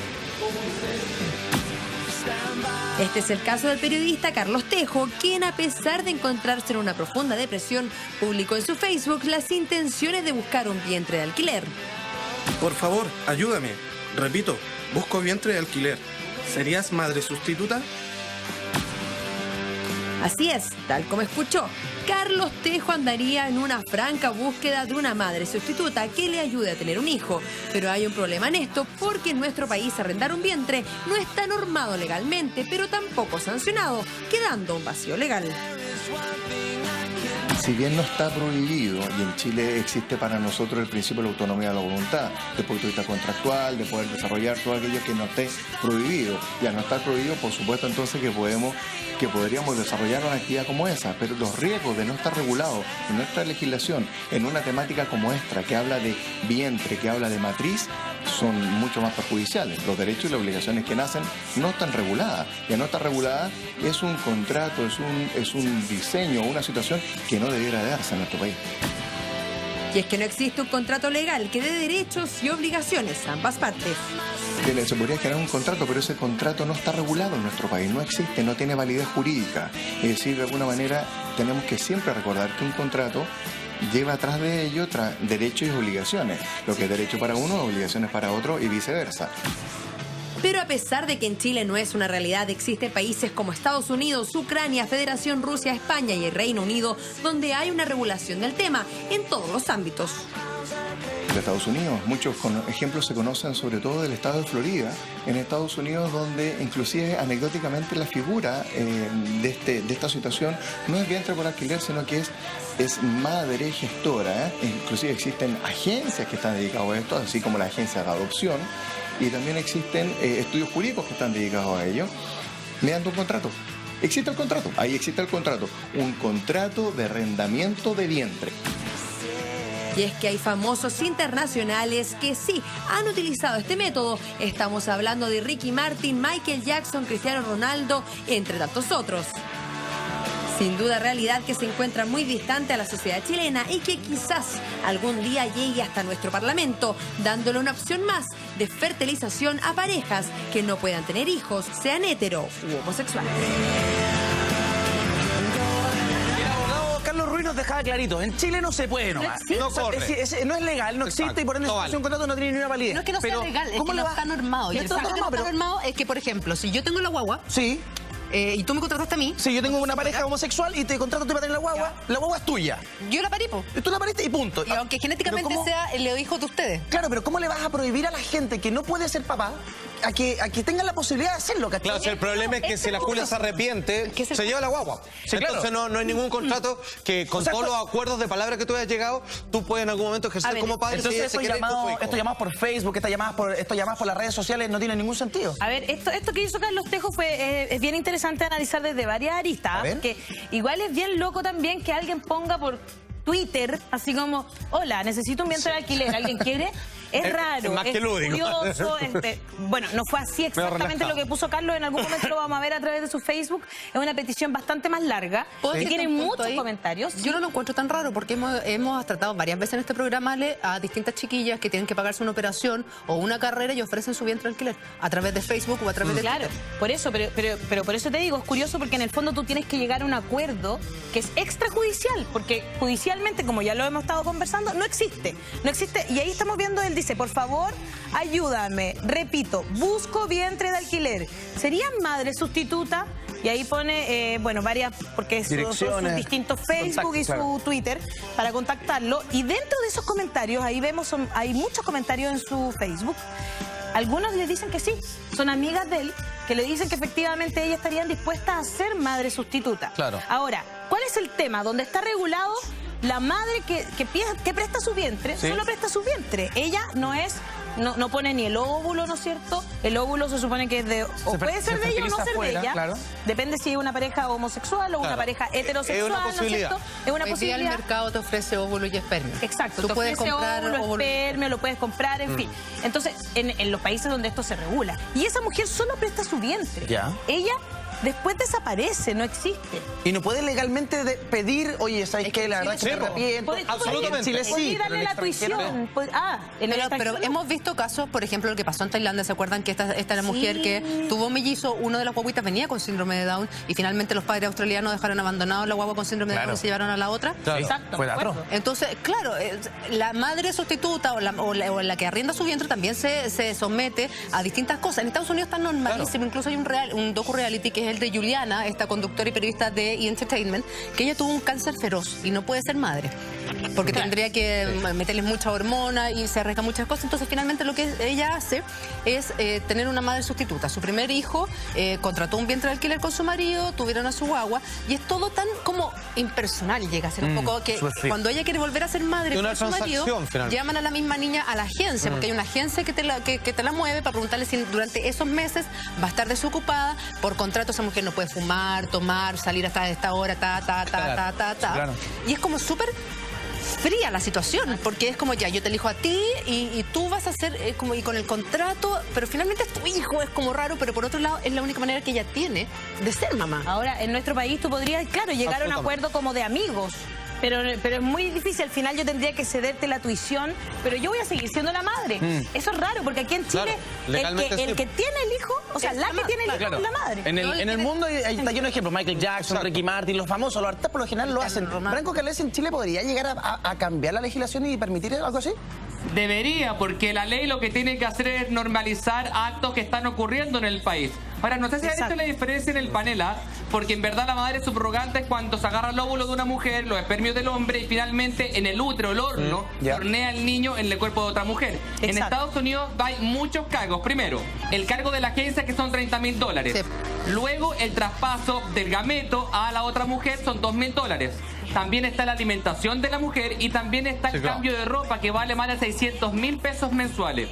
Es decir, cuando se nota una situación que pasa entre personas naturales, que eso se debe hacer en otro país, ¿no? A pesar del tema ético-moral, está sucediendo, hay que normarlo. Ahora, la Julia ha colocado un caso, ¿cierto? El de Tailandia. ¿Qué pasa si, por ejemplo, pese a todos los resguardos genéticos que uno quisiera tomar, el niño, por ejemplo, sale con un color de piel que al futuro padre no le gusta? ¿Podría de alguna manera, como ir a un Sarnag y decir, ¿sabes qué? Yo rechazo esto? No debería ser. No puede ser, porque recuerda que el óvulo de espermatozoide es de la mujer y el hombre que están juntos. No, pero en ese Claro, caso, pero hay genes recesivos que pueden disparar cualquier cosa. Lo que pasa, Branco, que en ese caso puntualmente, lo que decía el padre era que nunca se supo que la guaguita, uno de los mellizos, venía con síndrome de Down. Entonces él se sorprende con la noticia y dice, ah, no, el que viene con síndrome de Down yo no lo quiero. Sí, no lo quiero, punto. Esto se llama cara de raquín. Eso, Es parte de los intentos de mucha gente que finalmente no puede ser papá biológicamente, pero que lo intentan de otras maneras. Parte de cómo está el mundo el día de hoy. Juan Andrés Zárate tiene un consejo para nosotros. Claro, porque lo que sí es cierto es que existen cientos de testimonios que avalan los beneficios de la gran moringa ancestral. Ustedes la conocen, la del elefantito, que aporta 10 veces más vitamina A que la zanahoria, 15 veces más calcio que la leche, 9 veces más hierro que la espinaca, 17 veces más potasio que el plátano. Y por este mes, escúchame bien, por la compra de 2 frascos de 120 cápsulas, te regalamos un tercer frasco de 60 cápsulas. Para ello tienes que ir a Farmacia Valle de Vida, San Francisco número 10, a solo 10 pasitos de la Alameda, o para todo Chile la puedes pedir al teléfono 2639-1139, 2639-1139. Muy bien, moringa ancestral. La elefantito no acepta imitaciones. Fuerte la mano. Excelente consejo, querido Zárate. Y hoy, día jueves, día de estrenos de cine, y se estrena, por supuesto, la película Siempre Alice de Julianne Moore, que la hizo ganadora al Oscar por su interpretación de una mujer de alrededor de 45 años que padece de Alzheimer temprano. ¿Qué significa el Alzheimer temprana edad? ¿Cómo te afecta? ¿Cómo te afecta también a tu entorno? ¿Y cómo lo puedes detectar a tiempo? Vamos a la siguiente nota y luego conversamos con un especialista.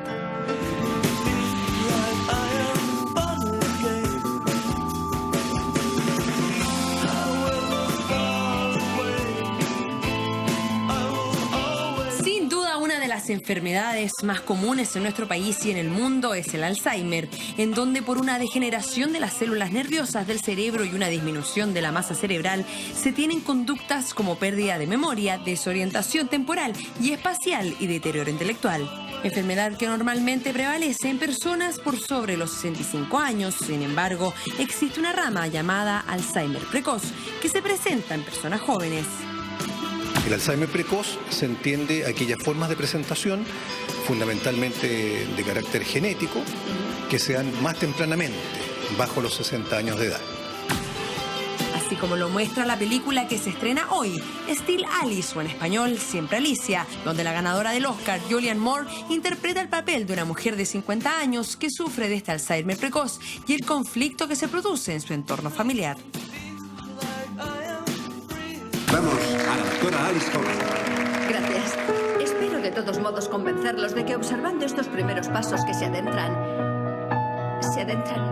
Alice, ¿dónde cojones estás? He salido a correr. Pues espero que lo hayas pasado bien, porque has tirado por tierra nuestros planes de cenar con Susan Kirby. Necesito hablar contigo. Me pasa algo malo. ¿Vais a divorciaros o...? No. Tengo la enfermedad de Alzheimer. De inicio precoz. Y es que esto no es solo en la ficción, sino que también en la realidad. Estas son las fotografías de Carmen Gloria, quien siendo una reconocida asistente social, el año 2012 fue diagnosticada de Alzheimer, hecho que la obligó a jubilar tempranamente. Todo esto con tan solo 50 años. Historia muy parecida a la de Susana. Pero ¿cuáles serán los primeros síntomas del Alzheimer a temprana edad? Fundamentalmente, por ejemplo, a través de la repetitividad. Y empiezan a afectar el funcionamiento de la persona y se acompañan de otros defectos, alteraciones en el habla, por ejemplo, en el uso del lenguaje, en la orientación, en la capacidad para organizar el día a día y tomar decisiones, y eso tiene un carácter progresivo e increciendo.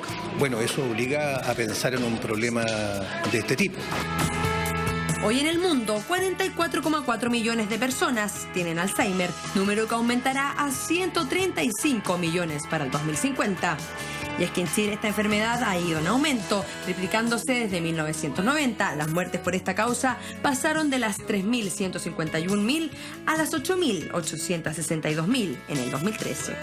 Tanto que Chile se ubica dentro de los 50 países con mayor riesgo de esta enfermedad, con un 23,47% de incidencia, nada comparado con países como Finlandia, España o Suecia. Los motivos de esta enfermedad aún no están claros, pero no se descartan teorías. los factores de riesgo. El factor de riesgo más importante es la edad. A mayor edad, mayor riesgo. Pero también está, por ejemplo, como factor de riesgo la historia familiar. Si uno tiene más parientes, ¿no es cierto?, vivos o fallecidos que tuvieron enfermedad de Alzheimer, existe un mayor riesgo. Ahí mismo también surge una susceptibilidad genética que se llama APOE. Y por supuesto el estilo de vida no saludable. Si uno tiene diabetes mellitus no controlada, hipertensión arterial, dislipidemia, sedentarismo, todo ese tipo de circunstancias también pueden explicar, ¿no es cierto?, la mayor propensión a desarrollar una demencia en el futuro. Una enfermedad del olvido que paradójicamente no se olvida, tomando más y más víctimas, en donde los que más sufren no solo los afectados, sino que los familiares y su entorno. ¿Quiere tener más respuestas sobre el Alzheimer y cómo acompañar a las personas que ama y que pueden llegar a sufrir de esto? Entonces quédese muy atento al experto que le presentaremos en su matinal ciudadano, Mañaneros.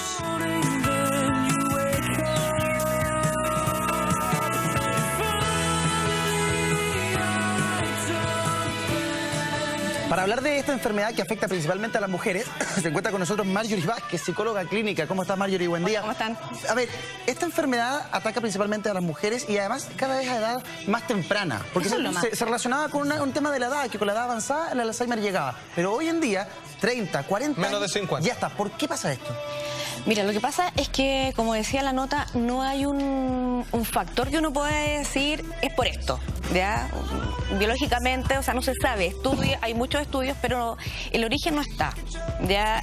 Factores genéticos, el factor de cómo te cuidas puede incidir, pero eso es más o menos cuando tú lo proyectas sobre los 50, 60 años. Pero a los 30 años igual, digamos, son casos igual que se están viendo, que llama la atención por lo pronto de la edad, pero tampoco podemos decir es por esto. Vamos a ver sentido porque es una enfermedad que es bien maldita porque afecta a todo el entorno, modifica la vida familiar de todos. Es que es como que te entregara la sentencia de muerte. Si tú lo ves, te dicen, o sea, la persona al principio se empieza a sentir un poco rara, pero no sabe qué es lo que le está pasando. O sea, puede ser también porque cuando uno tiene depresión, también uno se siente rara. Entonces tú dices, bueno, ¿por qué? Jamás vas a pensar tú a los 30 años no tengo Alzheimer. Lo que uno piensa en el fondo, estoy estresada. Claro. ¿A qué tenemos que estar atentos nosotros como familia, como entorno? Tú empiezas a notar cambios en el fondo, que la persona está un poco más retraída. Parte un poco con la pérdida de memoria inmediata.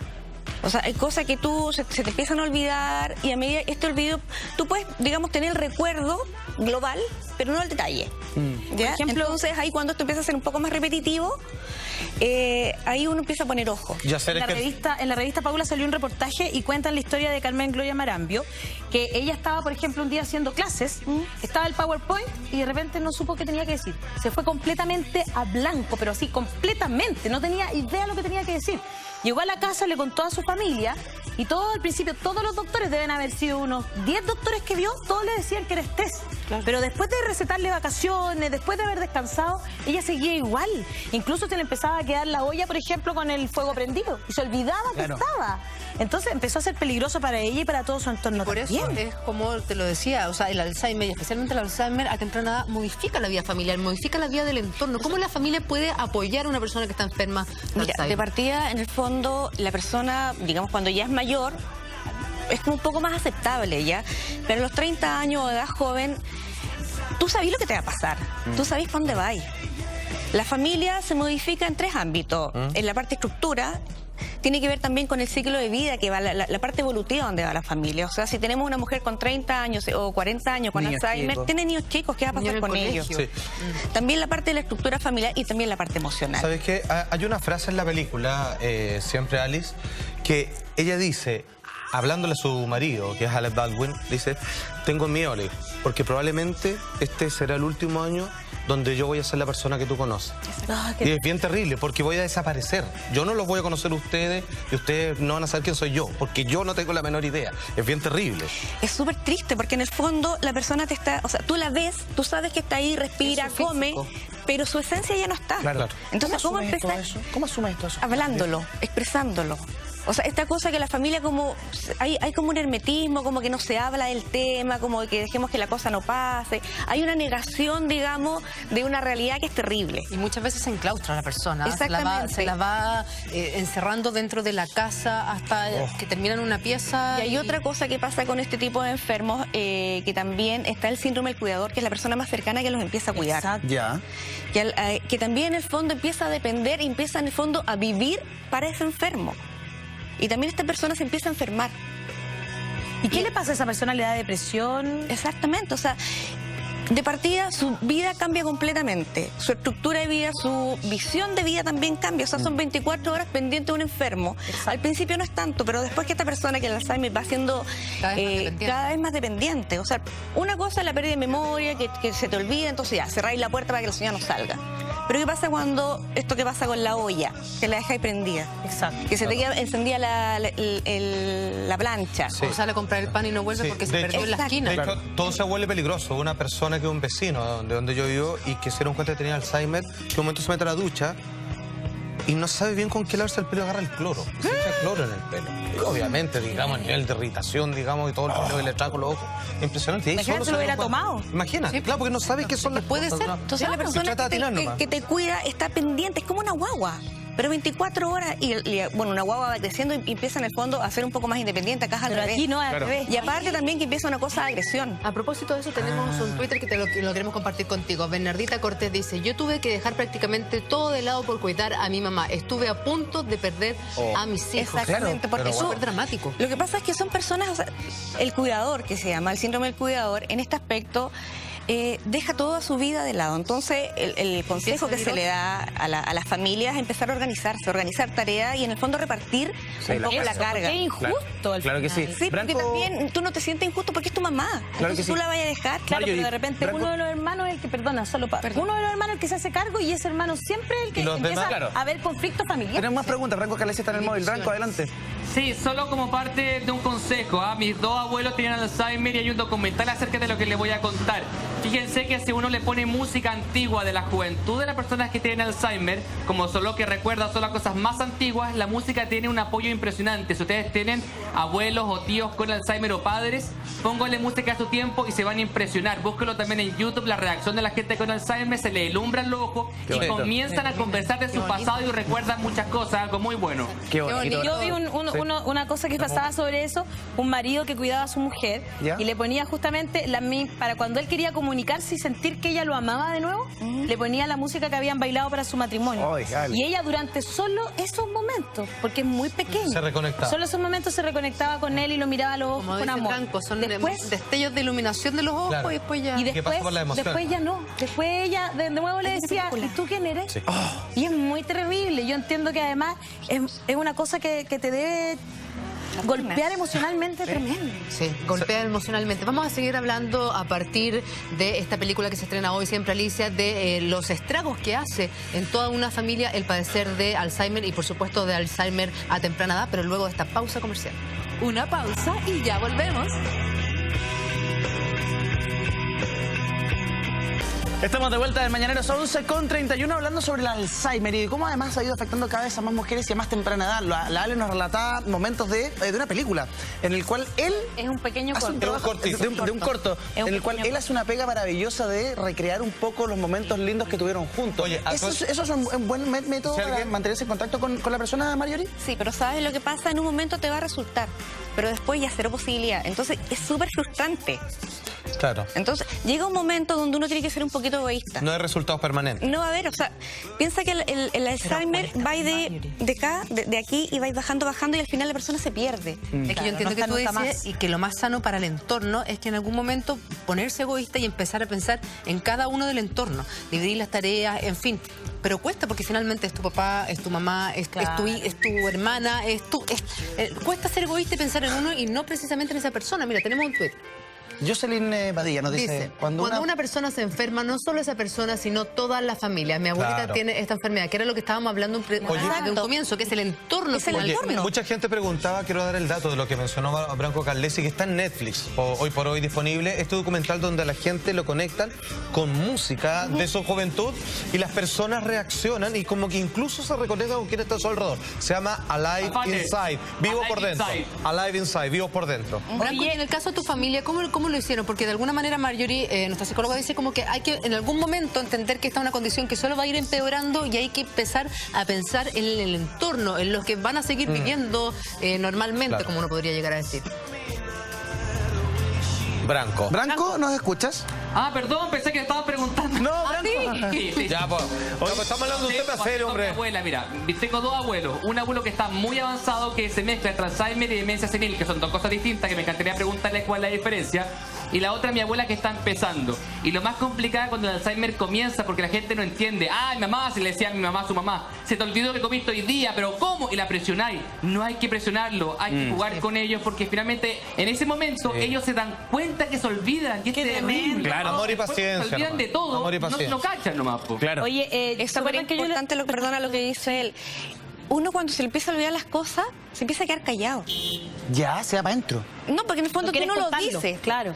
Porque te empieza a dar miedo, entonces empiezas como no, es que empezamos a buscar otro significado, digamos, otra explicación a lo que me está pasando. Y además que es súper fuerte llegar a un minuto en que entender que tu cabeza no está funcionando como tú de verdad venías funcionando. Y asumir ese proceso es tremendamente complejo. Y además como para lo que se van quedando callados, claro, porque hay miedo de que te lo digan y cuando te lo dicen, no hay una vuelta atrás. Y tu familia tampoco lo quiere aceptar. ¿Se acuerdan que yo le relataba a Carmen Gloria, que da su relato a la revista Paula? En realidad es su familia la que relata porque ella ya no está. Exacto. Entonces, Carmen Gloria era tan trabajólica que le decían la guaripola, porque ella era como todo el día trabajaba.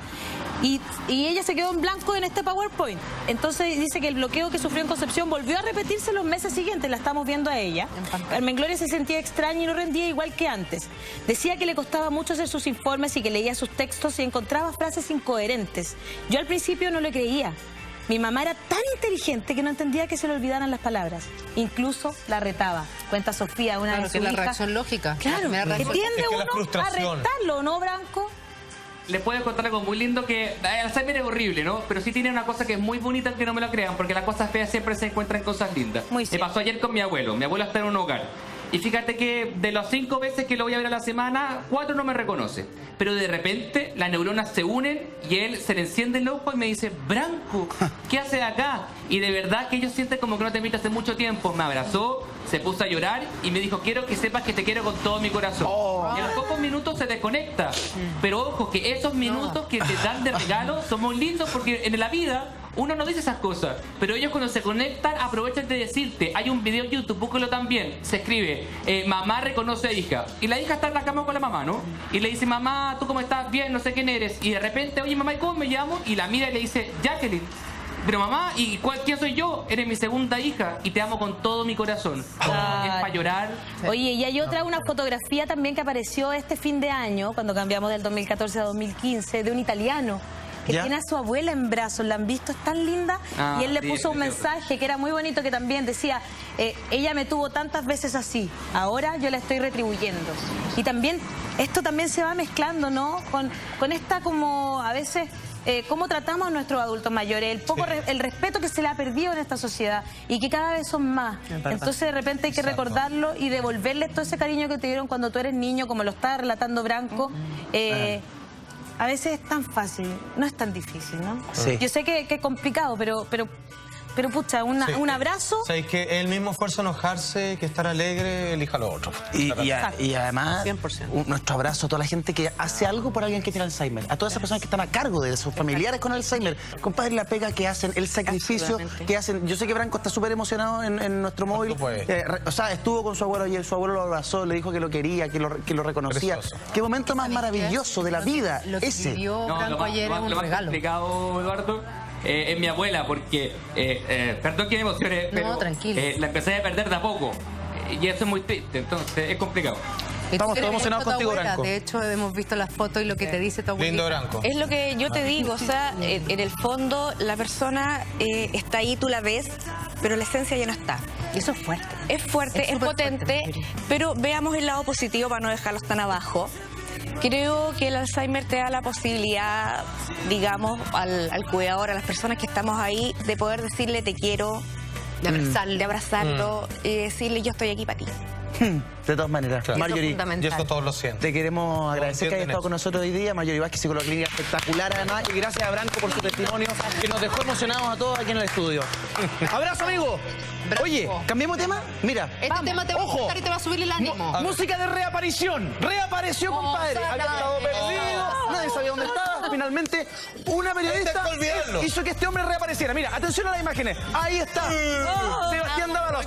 Sebastián Dávalos vuelve a aparecer ante las cámaras. Andaba medio escondido, andaba medio oculto. Sin embargo, la prensa lo encontró. ¿Y qué? Le quiso preguntar sobre el caso Cabal. ¿Y él cómo reacciona? De una manera muy particular. Tenemos una nota al respecto. Mira.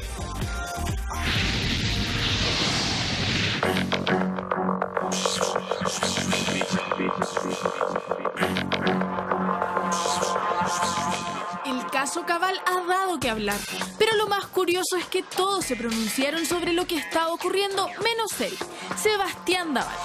Si era como que se lo hubiese tragado la tierra. Quienes hemos sido hijos de políticos connotados en nuestro país sabemos que cualquier acción nuestra que genere alguna duda en la opinión pública puede seriamente dañar a nuestros padres o a nuestra madre. Yo creo que fue imprudente el acto que él realizó. Todos los medios queríamos hablar con él, saber su versión de lo que estaba pasando y sus impresiones. Y llegamos a buscarlo a su casa. Pero él no aparecía por días, nada se supo del paradero del hijo de la presidenta. Fue tal la presión que se produjo contra Dávalos que finalmente debía dar sí o sí algunas declaraciones. Esto sucedía el 13 de febrero. Que no me queda más que pedir humildemente perdón por este amargo momento. Entiendo además que esto para algunos podría no ser suficiente. Es debido a lo anterior que he decidido dar un paso al costado y renunciar a mi cargo de director sociocultural de la presidencia. No he cometido ilícito alguno ni delito funcionario, como algunos medios han sugerido. Es menester señalar que en la posición en la que me encuentro es a lo menos incómoda. Pasaban los días y se seguían conociendo nuevos antecedentes. Y esta vez su madre salió nuevamente a hablar ante los chilenos con las siguientes palabras.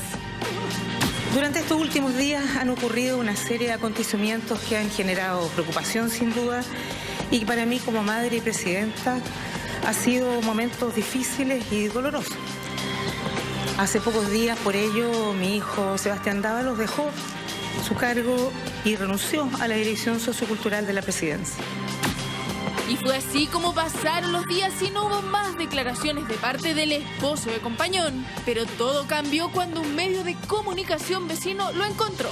Pero su reacción fue así. Diga, no te voy a hablar. Sebastián, ¿qué te parece el afecto de la imagen política de tu mamá? ¿El escándalo que ha causado el caso Cabal? ¿Crees que el negocio fue lícito, el negocio que hizo tu señora a través de la empresa? Sebastián, como director sociocultural de la presidencia. Como ofendido con las preguntas y casi corriendo hacia el auto, nuevamente no dijo nada. ¿Por qué habrá sido esa su reacción? ¿Será que está recibiendo un mal manejo comunicacional? Sebastián, no te voy a hablar. ¿Qué te parece el efecto político de la imagen de tu mamá? El escándalo que ha causado el caso Cabal.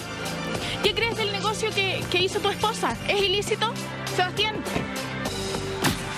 Al parecer, el hijo de Bachelet sale de un conflicto para entrar a otro. Cada día que pasa, los sucesos se ponen más tensos y de todas maneras afecta su imagen y la de su madre, la presidenta, que debe salir a dar la cara por él.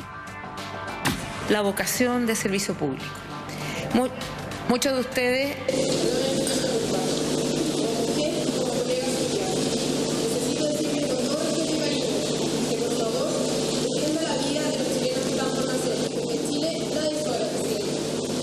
Muchas gracias por tu comentario. Creo que tenemos que respetar lo que piensan todos los chilenos. Este enredo de Dávalos está años luz de resolverse, porque a medida que van pasando los días aparecen nuevas aristas que hacen aún más difícil la resolución. El último dato es que la empresa que compró terrenos en Machalí a Natalia Compañón, esposa de Dávalos, se querella por estafa. Pasan los días y la tensión y conflictos aumentan. Aparecen nuevos datos que sin duda harán que Dávalos sea tema obligado para los medios de comunicación. Pero ¿por qué él no querrá dar declaraciones? ¿Cuáles serán los motivos por los que el exdirector del área sociocultural de la presidencia no quiere responder a los medios ni aparecer en televisión? ¿Afectará aún más eso en su imagen? ¿O será que todas estas reacciones son parte de un mal manejo comunicacional?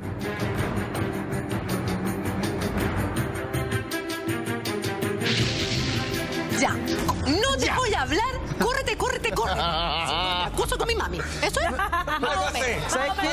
Una notable recreación por parte de nuestra área dramática de muy bien. Aplausos para ella y que este aplauso se prolongue porque tenemos un tremendo invitado, ya que las palabras son tan escuetas en el caso de Sebastián Dávalos. Y presentamos a nuestro invitado Nicolás Jofré, experto en análisis de comportamiento no verbal de sinapsis. Nico, gracias por estar aquí esta mañana.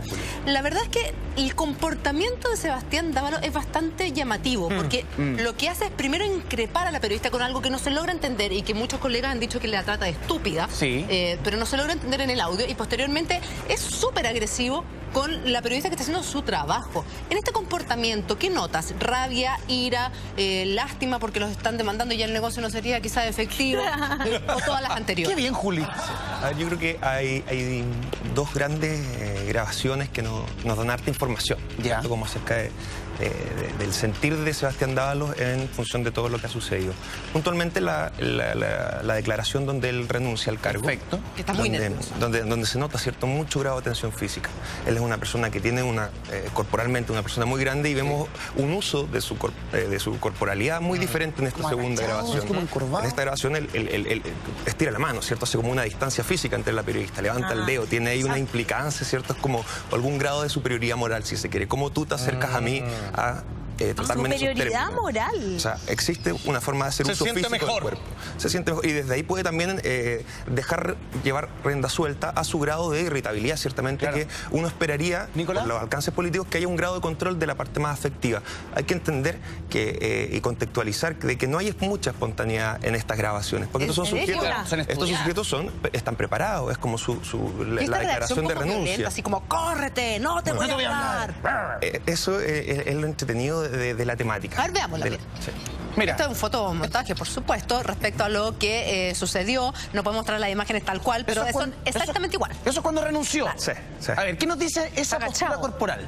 Bueno, yo creo que básicamente las personas que tratan de hacer lecturas corporales, las personas cuando tratamos de buscar elementos asociados a la detección del engaño, porque hay que entender que la mentira la podemos entender desde dos grandes formas. Y para esto voy a hacer referencia a Paul Ekman. Paul Ekman es un psicólogo que desde la década de los 80, principios de los 90, empieza a teorizar sobre lo que él denomina las microexpresiones. O sea que indistintamente la formación y preparación en el discurso, existen músculos y expresiones faciales que nos van a delatar si están asociadas a una emoción. ¿Tú ves que él está contando la verdad, que él renuncia por mutuo propio porque se ve presionado finalmente por la contingencia? O está en piloto automático. Es que claro, aquí lo que vemos es que por supuesto hay una preparación del discurso, y la preparación del discurso, ¿cómo la podría leer yo? De partida, no hay contacto visual con la cámara. Nunca. ¿Por qué? Porque sabemos que si hay contacto visual, aquellos que podemos estar un poco más preparados, podemos empezar a develar elementos asociados a estas microexpresiones. La verdad a través de los ojos, ¿no? Correcto. O sea, formalmente existen 4 rangos de musculaturas que nos indican diferentes, dependiendo de la expansión de la ceja, de la nariz, la comisura de las bocas. Vamos tomando y contrastando, ¿cierto?, lo que es el discurso versus la credibilidad de estas. Y ahí está como cara de póker. Y acá estamos de partida, la cara no la vemos levantar durante toda la... Salvo en los contextos donde él hace alusión, ya con algún grado más como de enojo, si se quiere, ¿cierto?, como de las falsas acusaciones hacia la prensa. Eso. Y ahí desde la máscara del enojo, diríamos la máscara porque es utilizar una falsa emoción para encubrir la emoción que hay a la base, vemos, ¿cierto?, que él utiliza esta emoción como para mirar a la cámara, como con un grado de honestidad, pero que sabemos que no necesariamente puede ser. Quiero que sigamos analizando estas imágenes, y no solo estas, sino que también el montaje que tenemos respecto de lo que sucedió con esta periodista, y ver finalmente qué es lo que sucede con Sebastián Dávalos, cuál es su manejo comunicacional, si es que hay alguna estrategia. Pero antes, Juan Andrés tiene un consejo. Exactamente, amigo mío. Usted anote muy bien. 10 veces más vitamina que la zanahoria, 15 veces más calcio que la leche, 9 veces más hierro que la espinaca, 17 veces más potasio que el plátano. Y ojo, por este mes, por la compra de 2 frascos de 120 cápsulas, te regalamos un tercer frasco de 60 cápsulas. Para ello, vaya a buscar la farmacia Valle de Vida, que está en San Francisco, número 10, a solo 10 pasitos de la Alameda. O también la puedes pedir al teléfono 2639-1139, 2639-1139. Moringa ancestral, la elefantito, fuerte el aplauso. Excelente consejo, Salzate, ¿ah? A ver, esto pasó ayer, Nicolás. Pon atención a estas imágenes. Nosotros hicimos un fotomontaje para que tuviéramos las imágenes y las pudiéramos compartir con ustedes. Imágenes reales, mira. Hablar. Sebastián, ¿qué te parece el afecto a la imagen política de tu mamá? ¿El escándalo que ha causado el caso Cabal? ¿Crees que el negocio fue lícito, el negocio que hizo tu señora a través de la empresa? Sebastián, ¿cómo yo soy cultural de la presidenta? Nicolás Jofré es un experto en lenguaje no verbal y nos va a decir qué quiere decir Sebastián Dávalos con su postura, con su ropa, con su look, con su mano estirada. Todo eso a la vuelta. Estamos a comercial. Regresamos. Esto es Mañaneros. Mañaneros Ciudadanos. Una pausa y ya volvemos. Ya estamos de regreso en Mañaneros con Matinal Ciudadano y estamos con Nicolás Jofré, de alguna manera tratando de entender qué es lo que nos dijo físicamente ayer Sebastián Dávalos en su reaparición, cuando una periodista de CNN le va a preguntar respecto al caso Cabal, en fin. ¿Qué es lo que nos dijo físicamente? Porque verbalmente nos dijo raposo. Dijo, córrete, no te voy a hablar. Y según algunos trascendidos, estúpida, además. Solo diría que volvió a demostrar su pedantería. Nuevamente él no nos quiere que dar explicaciones, no quiere que dar explicaciones de nada. A diferencia de lo que vimos en La Moneda cuando él renuncia, que entra como medio cabizbajo, solo levanta la vista para enfrentar a la prensa cuando los increpa supuestamente a nosotros por ser los culpables de los males del mundo. Acá lo vemos como en una actitud bien como... Choro. O sea, te metiste a mi metro cuadrado, acá te va a ir mal. Sí. Y es más, se le dice a la periodista como córrete y se sube al auto de portazo. Sí. Es muy mal manejo comunicacional, pero ¿qué te dice a ti esta reacción? Bueno, lo primero que habría que diferenciar es que es una reacción mucho más espontánea. Es más real. Más real, es verdadera. No existe la preparación comunicacional que él tuvo que haber recibido para el discurso donde él entregaba el cargo. Yo creo que desde ahí vemos una faceta más honesta en el fondo. Ciertamente algún grado de hastío porque está en el ojo del huracán y ciertamente no de buena manera. Entonces, bueno, desde ahí tiene que la confrontación del periodista, que por supuesto muy fiel al estilo, tiene que estar y bien respetuosa ella, la periodista. Tiene que aproximarse de esa manera. Bueno, él no logra mantener la templanza que de alguna manera, a pesar de que vemos como ese pequeño lapsus cuando increpa a los periodistas en su renuncia, ahí donde él no logra, por decirlo así, mantener este setting en el fondo.